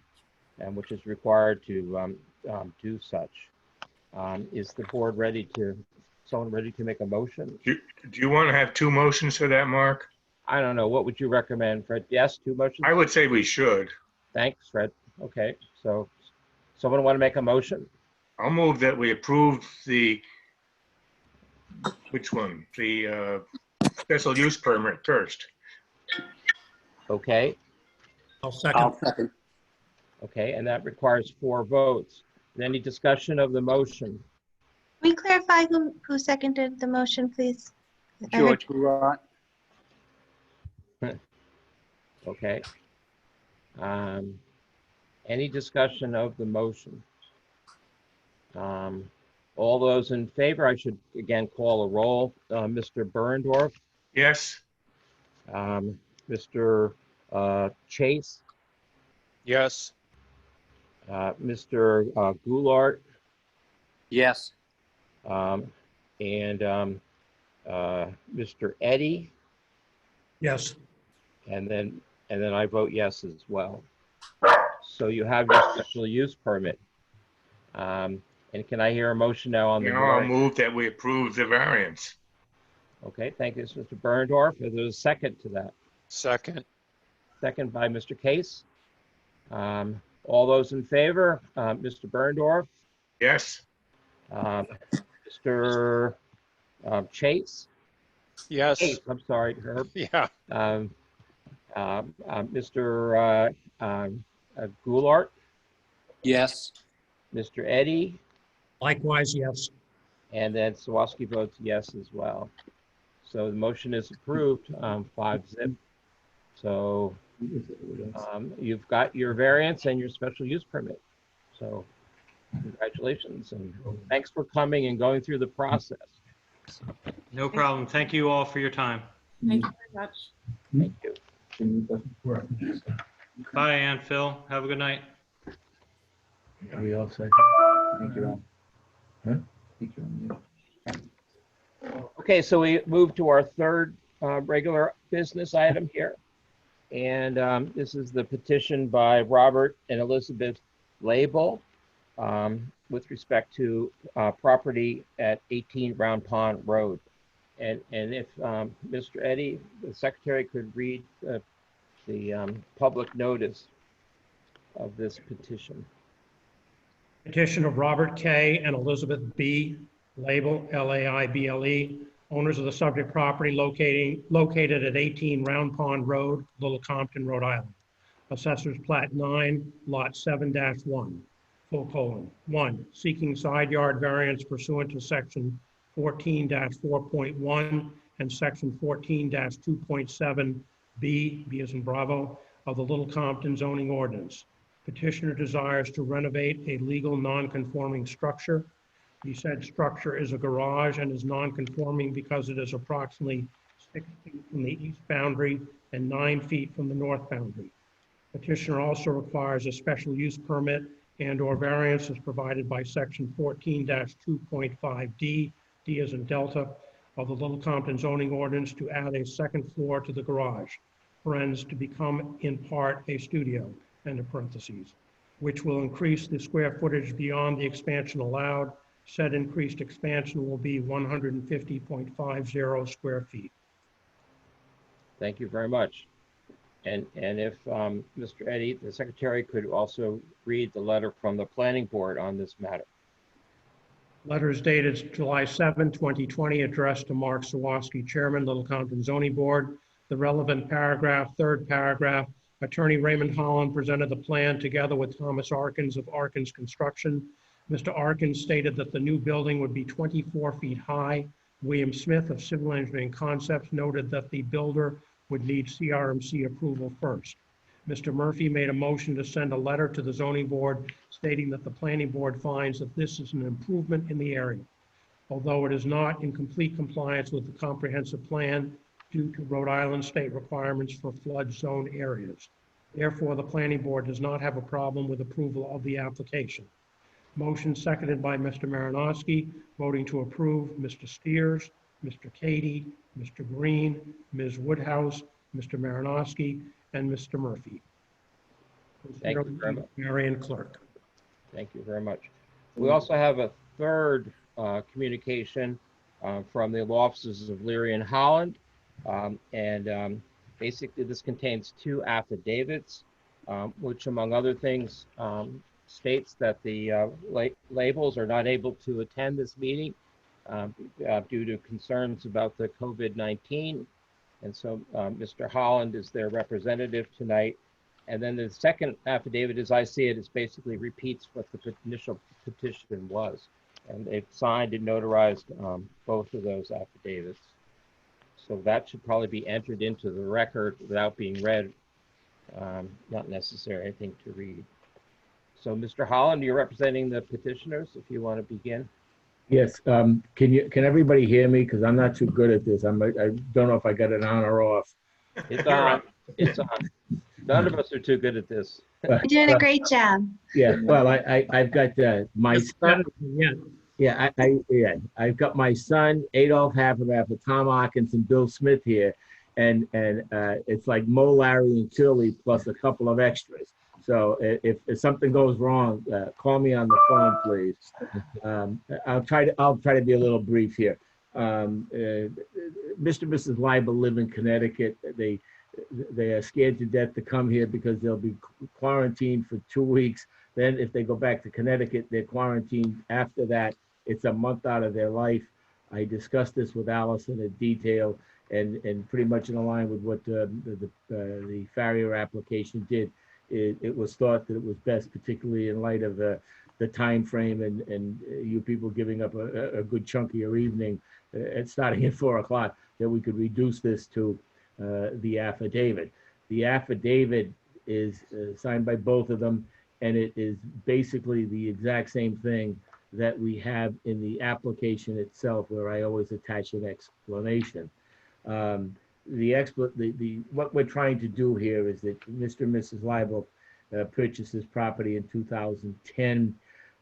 At that time, I believe we went to the planning board because the lot lines here were terrible, and the original lot line went through part of the house. So we had to get a subdivision approved where we got some more land, and that the banks allowed this thing to go forward and get a clear title. The time that it was done, as shown on the administrative subdivision plan, there was a house and there was the garage. The garage is the subject of this petition. The garage is located in the northeast corner of the lot, 2, 3, 4, 5 feet from the east, and the same thing from the north line. It's tucked in a corner on the boundaries are very heavily treed, so that you can't see the garage basically from the abutter to the east. And if you could, it doesn't make too much difference because they have a shed, a good-sized shed up against their line. And the only one to the north is the Paradise family, which is abutting the Stonehouse Club. And they, from their house, can't see this garage that we're talking about. The garage in question is old, it's deteriorated. The Leibels are planning on coming back here to spend more time now that he's retiring. Mrs. Leibel is a photographer where she does this as a hobby. She is not in business. This is not for business purposes. It's strictly a hobby. There are no employees. There are no deliveries. There's no traffic. There's nobody that comes to the house. When they're going to be here, she would like to have her own studio, basically over the existing garage. The building inspector said, that's fine. When we went to get a permit and to discuss this, Mr. Hawkins spent time with him, so did Bill Smith. It became obvious that it was a problem because the garage is in a flood zone level. And Bill Smith will tell you about that a little bit in a minute. He understands that better than I do. He said that basically we couldn't just put the garage and build it up. We had to comply with the flood zone requirements, which meant we had to go up basically 9 feet or so, get it out of the flood zone, and that the garage, we could put the studio above that, but it had to be basically on top of the foundation and the building that was there. The garage is 20 by 20 or 400 square feet, and it has an entrance which is 11 by 9 for 99 square feet. So what we want to do is we take the downstairs 220 by 20, and we want to put that on the upstairs, which is doubling the size of the building. We're not interested in doubling the size of the entrance. So in order to do that, we met with the building inspector, and this was a little out of the ordinary because at the time frame when we started this, the building inspector was, Bill Moore was doing some things, Peter Medeiros was doing other things, so it took us a while to get going. We can, if you read our explanation under the ordinance that they cited, that we can increase the building by 50% as a matter of right, so that we don't need anybody's permission, we can just do that. The trouble is that by doing it 400 feet, we fall short by about 150.50 feet, for which if we demolish the building that's there to put the new building up, we have to get a special use permit from the zoning board of review. So that's why we're here, is to get a special use permit for that extra 150 feet to put the second floor on. The second floor of the building is one room, and it has a sink and a toilet in it. It's called a convenience toilet, and Bill Smith will talk about that for a minute also. The other variance that we're looking for is that the building is, like I said, 6 feet up against the easterly boundary and the same in the north. When you go up, if we go straight up and make the continuation of the building straight up, the second floor that we're going to be putting new construction in is in those side yards, and it can't go in there without us getting a variance to put the second floor on because of the rear yard line and the side yard on the east. So that's what we're looking for, and the zoning board has the ability to give that relief in a case like this under section 14-2.5, that if we get permission to tear it down before we do it. In other words, sometimes people make the mistake, they'll say that the building that they have is in terrible shape, they tear it down, and then they go looking for relief. Well, they've sort of shot themselves in the foot because they had a non-conforming use and they lost it. So that's why we're coming to you first, is we're not going to do anything until we get the appropriate approvals. The footprint is not going to change whatsoever. It's still 20 by 20. It's just going to go up where it is. When the building is completed, it'll have 2 floors, and the ridge board, the top of the second floor, will be under the 24-foot maximum under the zoning ordinance. It'll be approximately 23 feet, 9 inches, something like that. And Tom Hawkins is here, and he can answer any questions, that the board has. Just looking, okay, this addition will not have, it won't have any bedrooms, it won't have any living facilities. It's going to be a space where she can do her photography.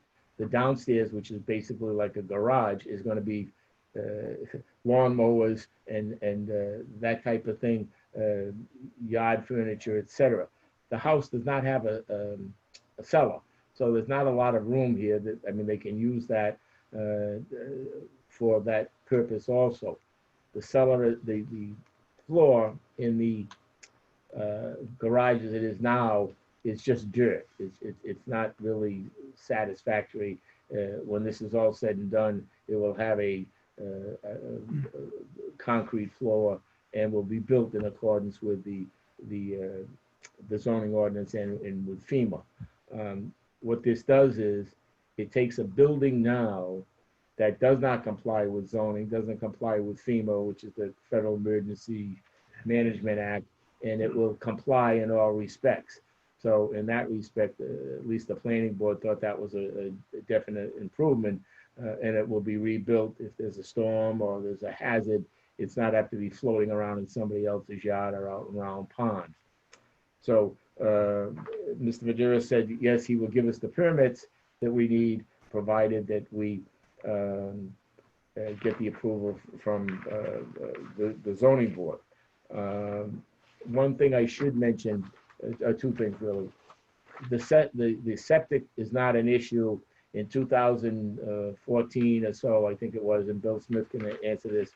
They put a whole brand new septic system in there that complies, which is very stringent requirements because the whole property is only about 40, 50 feet at the most from the pond.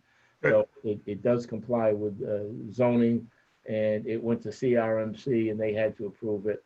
And when you act, assuming, and for the sake of discussion, you approve this, we still have to go to CRMC when we leave you. CRMC still has jurisdiction, and they will not approve anything until you clear all the hurdles that the town has in zoning and maybe planning or whatever. So A question there. He said septic system was new, and the plot plan shows a cesspool. Yeah. Is that cesspool gone? Yeah, no, that was, Fred, let me get the plan here. If you look at the plan, I think, is that the plan that says down the bottom, where is it? November 23rd, 2010? I have, Yes, it was the re-subdivision. November 23rd, 2010, yeah. Okay, that was, if you look at the plan, see where it says parcel A? Okay, you see over where the house is on the lot? Yes. Okay, I'm sorry, I didn't hear. Yeah, I see where the house is versus the garage. Okay, so this plan was done in 2010. That's what it was in 2010. That was because of the subdivision was done in 2010, and that's when it got approved. They bought it after this plan was approved by the planning board, and Bill Smith had the septic system, and he can testify that he put a whole new septic system in there on September 3rd, 2013, 3 years later, when they got into the house and and I take it the garage and the house are both connected to the septic system? No, the garage right now is not, the garage is not connected to the septic system. But you are intending to connect it? Yes. Yes. And it's presumably a 3-bedroom or something septic system based on how many bedrooms in the house? It's right? based on the number in the house, and there are 3. But, yeah, okay. But DEM, and Bill, you can ask Bill in a second, DEM does not, you can have 5, 10 bathrooms, but No, I understand that. is on the number of bedrooms. Just curious, because normally when people put bathrooms in over their garages, that doesn't mean they're going to stay as workspaces for artists too long. I understand, and this no, I understand, and this came up in front with Peter Medeiros, who was very, very frank. He's the new building inspector, and he said that as far as he was concerned, because that came up at the planning board, he said, you know, yeah, people can always bend the rules, he said, but you can't plan and give the permits or not give them because of something they might not do. Might do, I know. You know, so I mean, well, no, I understand. But it's in their application. They can't do it. If it does, he said, fine, I'll do what I have to stop them. So this isn't the first time this come up. No, and I understand human nature being what it is. So I think at this, just to complete my end of it here, I think we've complied with the requirements for based on the testimony, and again, Bill Smith is going to talk, and so will Adolph for a few minutes. But what we're going to do by making the garage, one thing I forgot to mention, Helen Woodhouse lives next door to this property. She's in a butter. She was on the planning board, and she didn't know quite whether to get off the planning board or to tell us she had a conflict or whatever. And Mike Steers said, you know, whatever you think. She said, well, no, I'll stay because I don't have any problem with it. I like the libels, and I think that's going to be better. It'll be a better to the neighborhood. That garage is falling down. And so I have no problem with it. She's the only abutter that we've heard from. Nobody else has gotten to us. The Paradises, which are in back of this, or the north of this property, where which is adjacent to the Stonehouse Club, they're absentee landlords, as they don't live here. They haven't lived here for years and years, and they rent the property out. And then the other abutters, Whatabutter is a big conservation field where there's nothing but the nets from the fishermen and things of that nature. There are no people, and the other people to the other side don't even look at it. They can't see it. Adolf Hafenrath will testify that if you get up on the Paradise's deck and look down, you can't even see the garage. There's a big cave, and we're not blocking anybody's view by going up 8 or 9 feet. So based on that, and again, I'm sure you'll want to hear from my witnesses, that there's no way I think that you could consider this as, altering the general characteristic of the neighborhood. It's making a garage go up 9 feet or so, and that's it. It's kind of boring when you get to it. We don't have any physical disability, and it's not for economics. We're not having a business here. That's in the application. She just wants to have let's call it her woman cave to do what she wants to with her fine art photography. As to the variance application here, Mr. Petros and the previously mentioned the Avidi variance, which is a dimensional variance, which this is. The use is allowed, that's not the issue, it's just that it's too close to the side yard as it goes up on the second floor.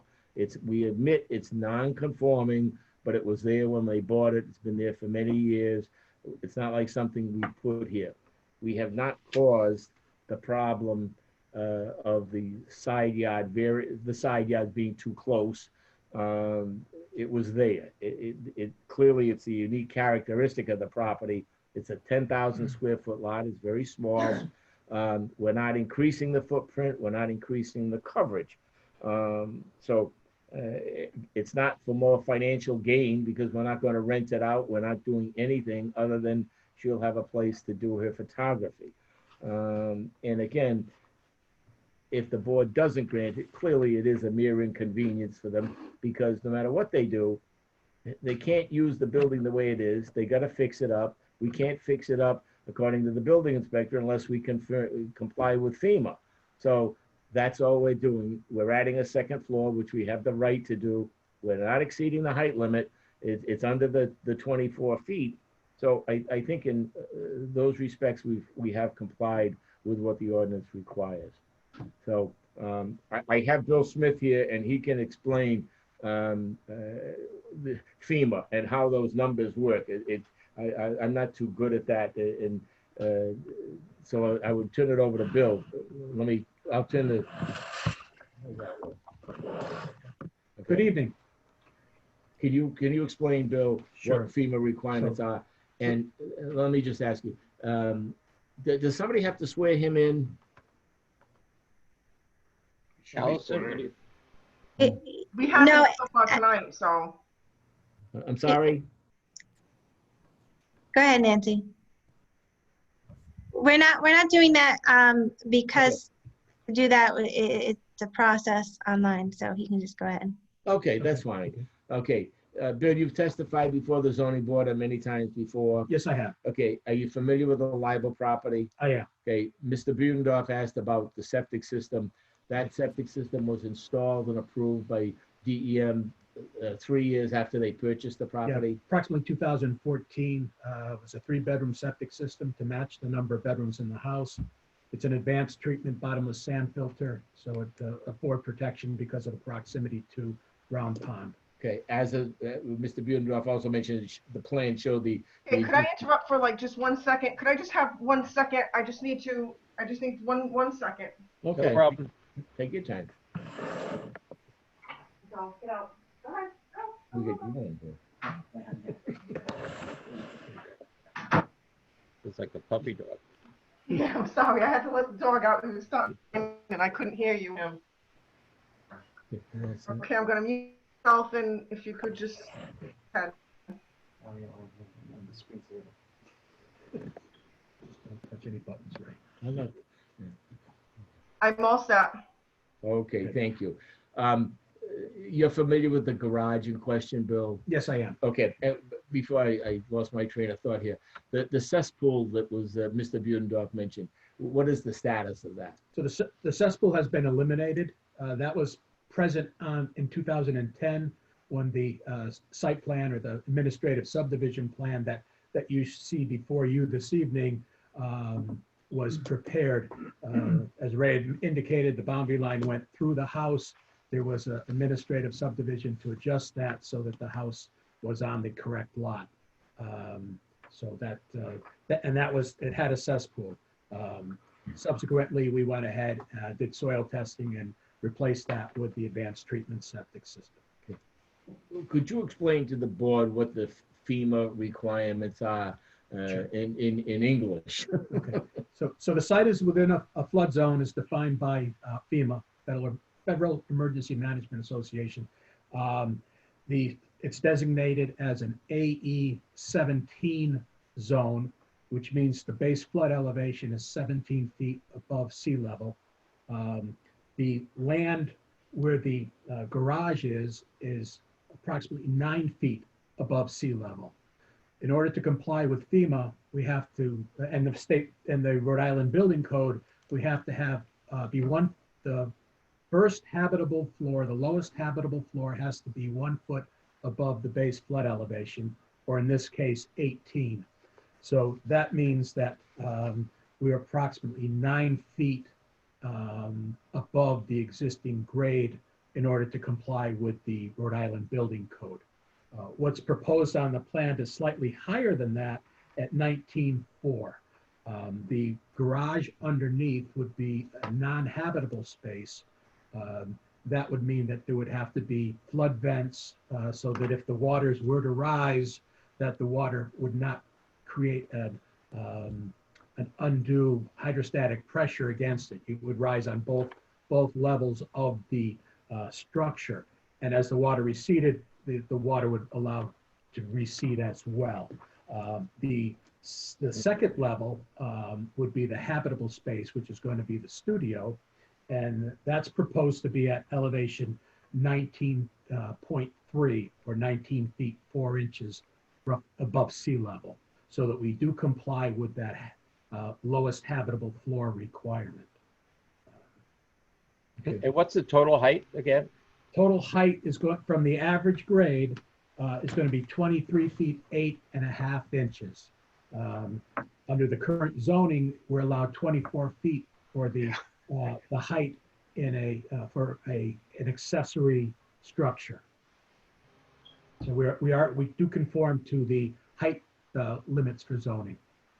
So I'm sorry, I'm confused. So under FEMA, you have to come up 19 feet for the floor of the first habitable. So the existing. And then you go up. Okay, go ahead. So there's a differentiation between elevation and distance. So if you can picture the ground at elevation 9 feet above sea level, and the first habitable floor will be at 19.3 or 19 feet 4 inches above sea level. Above sea level, it will be 10 feet of 4 inches above the existing grade. Okay, thank you.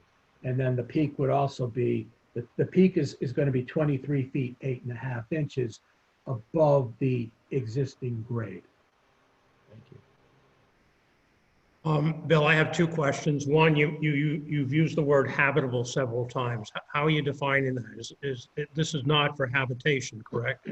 So it's not for habitations, but it's for use, and it's for to allow storage, utilities, that sort of thing. That's what FEMA defines as habitable. It's not intended to be a bedroom. It's not intended to be lived in or slept in or anything like that. It's an accessory structure. The lower level will be used for, like Ray said, the lawnmower and your lawn furniture and things like that. But it won't. Ray mentioned a quote convenience toilet. Could you elaborate on that a bit, please? Sure. So Rhode Island DEM uses the number of bedrooms in a structure in terms of sizing the septic system.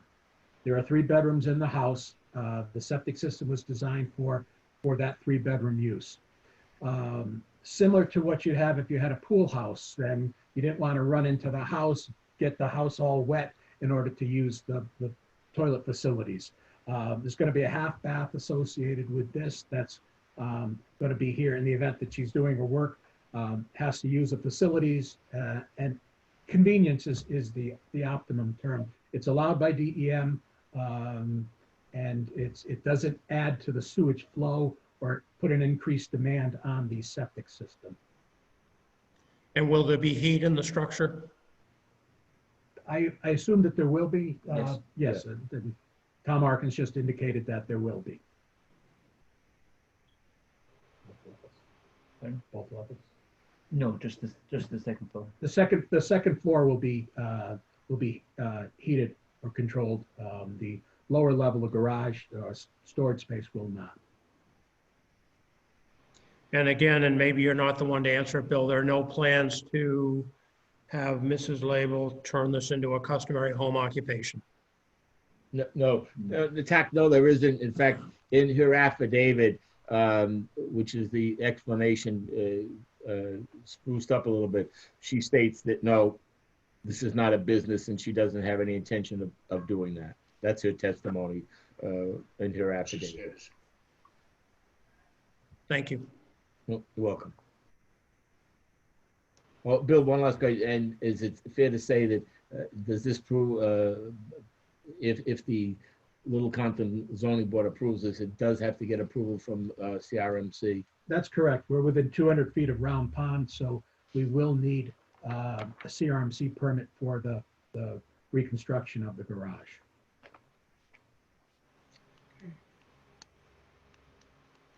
Anything else from the petitioner? I'm sorry, any other questions from Bill Smith? Nope, I don't think so. Okay, I have nothing from Bill. At this point, I got 2 or 3 questions to ask Adolph Hafenrath, who's a real estate expert. So if we could have him, that would be, move right along. Okay, fine, go ahead, proceed. Okay. Good evening. Hi. Okay. Make sure you ask him his name and to spell. Oh, sorry. Adolf Hafenreffer, Hafenreffer.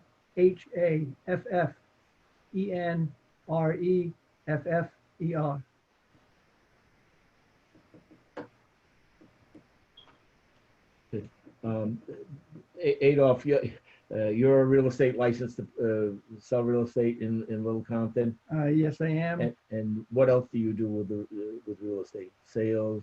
Sales, rentals. Have you testified before the zoning board before? Yes, I have. Okay. And relative to the liable property, are you familiar with it? Yes, I am. Okay. How have you, at my request, looked at the property, visited it? 3 times, actually. I've been down there just looking around so I could familiarize myself with it. Okay. And did you also have a chance to go over to the Paradise property, which is to the north, which is the deck house, and look to see what effect, if the board should grant this petition, what effect it would have on the Paradise property, if any? Yes, I visited the property. I happen to know the tenant. She let me go up on the deck, see the view, and I looked over towards the libels, and you really cannot see anything over there. There's quite a brush line and tall trees on the property line. And besides that, the Paradise property the view situation is not situated towards the libels property anyway. It's situated more of a westerly direction. And you've reviewed the petition for the relief that the libels are requesting? Yes. Okay. Yes, And you've heard Mr. Smith testify, and you've read the affidavit of Mr. and Mrs. Libel? Yes. Okay. Yeah. Based on what you've seen personally, do you have an opinion as to whether or not that if the board grants this petition, will it have any adverse effect at all on the neighborhood? I say no effect. And does it have any downside to anybody? I mean, does it adversely affect anybody? It really doesn't, because I went up the Oregon Road also to see how it affect those neighbors, and there's really nothing. Okay. No. It won't adversely affect anybody's property values? No. Okay. I really have anything else of Mr. Hafenrath. If anybody has a question, please feel free. Any questions for Mr. Hafenrath? Okay. Right, Mr. Holland, do you have anything more? Yeah, no, no other witnesses. I mean, just to close, I think that we went over the testimony of Mrs. Liable, and I think that under the circumstances, this is clearly would amount to a mere inconvenience if they can't use, if they can't get this done to move it up, they can't use the building. They can't use, they're being denied the right of a use that's approved by the zoning ordinance, our zoning ordinance. It's better for the neighborhood. It's better. It brings the whole property more in compliance because it isn't at this point in time. As far as the side yard variances, yes, it's there, but we didn't cause it. It's not for gain financially. It's where it is, and it's in the best position because nobody else can see it the way it is. It's like hidden in a corner. So under the circumstances, I would respectfully ask that the petition be granted for both the sources of relief. Thank you. My question is exactly, again, what are we voting on here? Two variances and a variance two and special use permits. One, yeah, the special use permit and a variance to be able to put the second floor on because we're going from again we have 499 feet of coverage. We're going up on the building, the 20 by 20, so we can go as a matter of right, increase it by 50% of 499. Okay, so if you go 50% of 499, that means we can. It's silly. We can build 249.5 feet on the second floor, but to get the remaining 150 feet, we need that okay from you. So that's the special. So that's a variance. That's the special use permit. Special use. Okay. It's most ordinances aren't like this, but it is, and this is what we have. And then the variance is because the building, the garage is in the side yard. So if you can look at it, and again, this is kind of silly. If it goes up on the side yard, let's say 10 feet, well, that's non-conforming and it's been there and it is what it is, okay? But once you go above the 10 feet, okay, now the addition above the 10 variance for the setback. So Okay. that's what we're looking for is the variance on the second floor is what it amounts to. Okay. Is there a second special use permit required to go up because of FEMA, the 9.5? No, that's no. We don't need that according to Mr. Medeiros and Mr. Moore. So there's one variance and one special use. That's permit. correct. Thank you. Okay. Any questions from the board that haven't? Aren't you going to let Mr. Arkins speak? Yeah, well, Tom Hawkins is here. Okay, I mean, I'm just kidding. Yeah. I'm just a screensaver when nobody's talking. Yeah. They put the camera on me. Okay. I'm happy to answer any questions you guys have. Yeah. And there are no abutters present, or are there any abutters present that wish to speak? I do not see any hands being raised.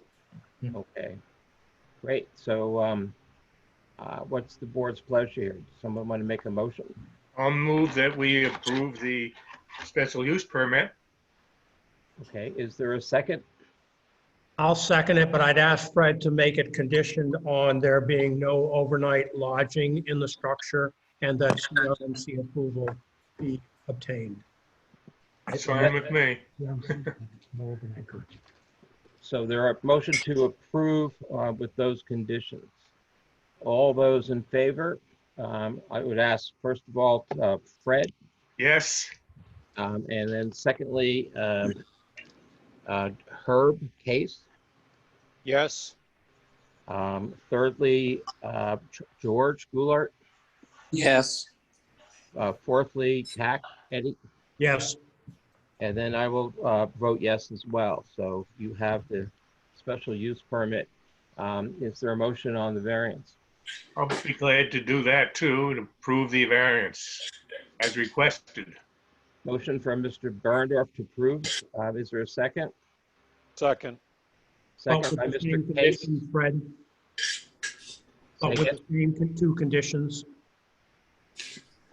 For Fred and Herb, except two conditions. Well, the same conditions, I don't think it's necessary, but it's no problem to me. No problem. Okay. So the same two conditions, so motion to approve the variance with the same conditions as the one before. All those in favor, so Mr. Berndorf, Yes. and then Mr. Case, Yes. Mr. Goulart, Yes. Mr. Eddy, Likewise, yes. and then I vote yes too. So the variance is approved. Congratulations. Thank you very much. Thanks for your participation. Oh, no, That's thanks all. for your patience. This is awful to have to do this at night like this, but thank you. I can tell who's got air conditioning and who doesn't, you know? Sorry. Okay, so we have a. We have the issue of the, I mentioned at the beginning, Calvi. Yeah, we have an additional, can we do that? It wasn't noticed, but we can still deal with that, right? Thank you. It really should be noticed to be voted on, but it may be a matter that can be dealt with administratively. Kat, can you explain exactly what it was? Oh, Once again, first off, I consider it an administrative matter, and that is that Mr. Smith submitted an application on behalf of the Calvi Real Estate Trust. Oh, okay. The property on Beach Drive and over in Chase Point, and they've withdrawn that application. It has not been advertised, so they're asking that the town clerk, or excuse me, the town treasurer be authorized to refund the $350 filing fee. So I have no problem with that, and I make a motion to do such. And I'll second that. Yeah, it sounds like an administrative thing to me. I would. It is. Okay. So we're returning their application fee. Is that We're authorizing the town treasurer to do that. great? Thank you. And the second was by Fred? Yes. Okay. And all those in favor, Mr. Berndorf, Yes. Mr. Case, Yes. Mr. Goulart, Yes. Mr. Eddy, Yes. and I vote yes as well. So unanimous. So they Thank you get very their much. money back. Thank you very much. One procedural question on the withdrawal of the application. We've asked that that be withdrawn without prejudice. They're trying to get their ducks in a row with Corona and residing in the property and the So if I construction. can just interject, it's not noticed. So to have a vote on something like that, it really should be noticed to be heard. But the fact that it wasn't noticed and they withdrew it, I mean, I don't think there's anything stopping them from resubmitting their application. It's a good point. We're giving them their money back. It's as if no application was filed. Okay, perfect. All right. Thank you very much. Okay. Appreciate your help and thank you for your time this afternoon and this evening. Okay. Any further discussion about anything? Any further I comments? guess we have a meeting next Wednesday. Wednesday at 7, correct? 7. It'll be Zoom. Yes. I don't know. Carol, are you still? Carol says yes. You know, I'd really like to just thank you all for doing that because Caroline and I have been back and forth a great many times about the technological difficulties of doing a hybrid meeting, and I've watched some of them and they've had to end them and we do just a Zoom. So we really appreciate it. I think it worked well. Really proud of you, Mr. Eddy. Me? Yes, How you're many using a cases we computer. have? We have just 3. one or? 3, I think. You have 3. Oh, really? Are our packets ready? Yes, they are. Okay, Carol. Are we allowed in that town hall? Yes, just give us a call when you're I outside. have to call you. Okay. Mark, just a reminder, there was one matter on the agenda, review other rules and procedural matters. Okay. My suggestion is we are so busy with the backlog of applications, we put that off till October, November, something like that. Okay, and I'd like to restate my appreciation to Carol and Edie and Allison for making this possible, particularly Carol, who's, above and beyond, I think, to do these things. So I have a motion to I'll move we adjourn. Second? Second. All those in favor, I think we can. Aye. Aye. Aye. Aye. Okay. See you on Wednesday, people. Thank you very much. Thank you. Bye.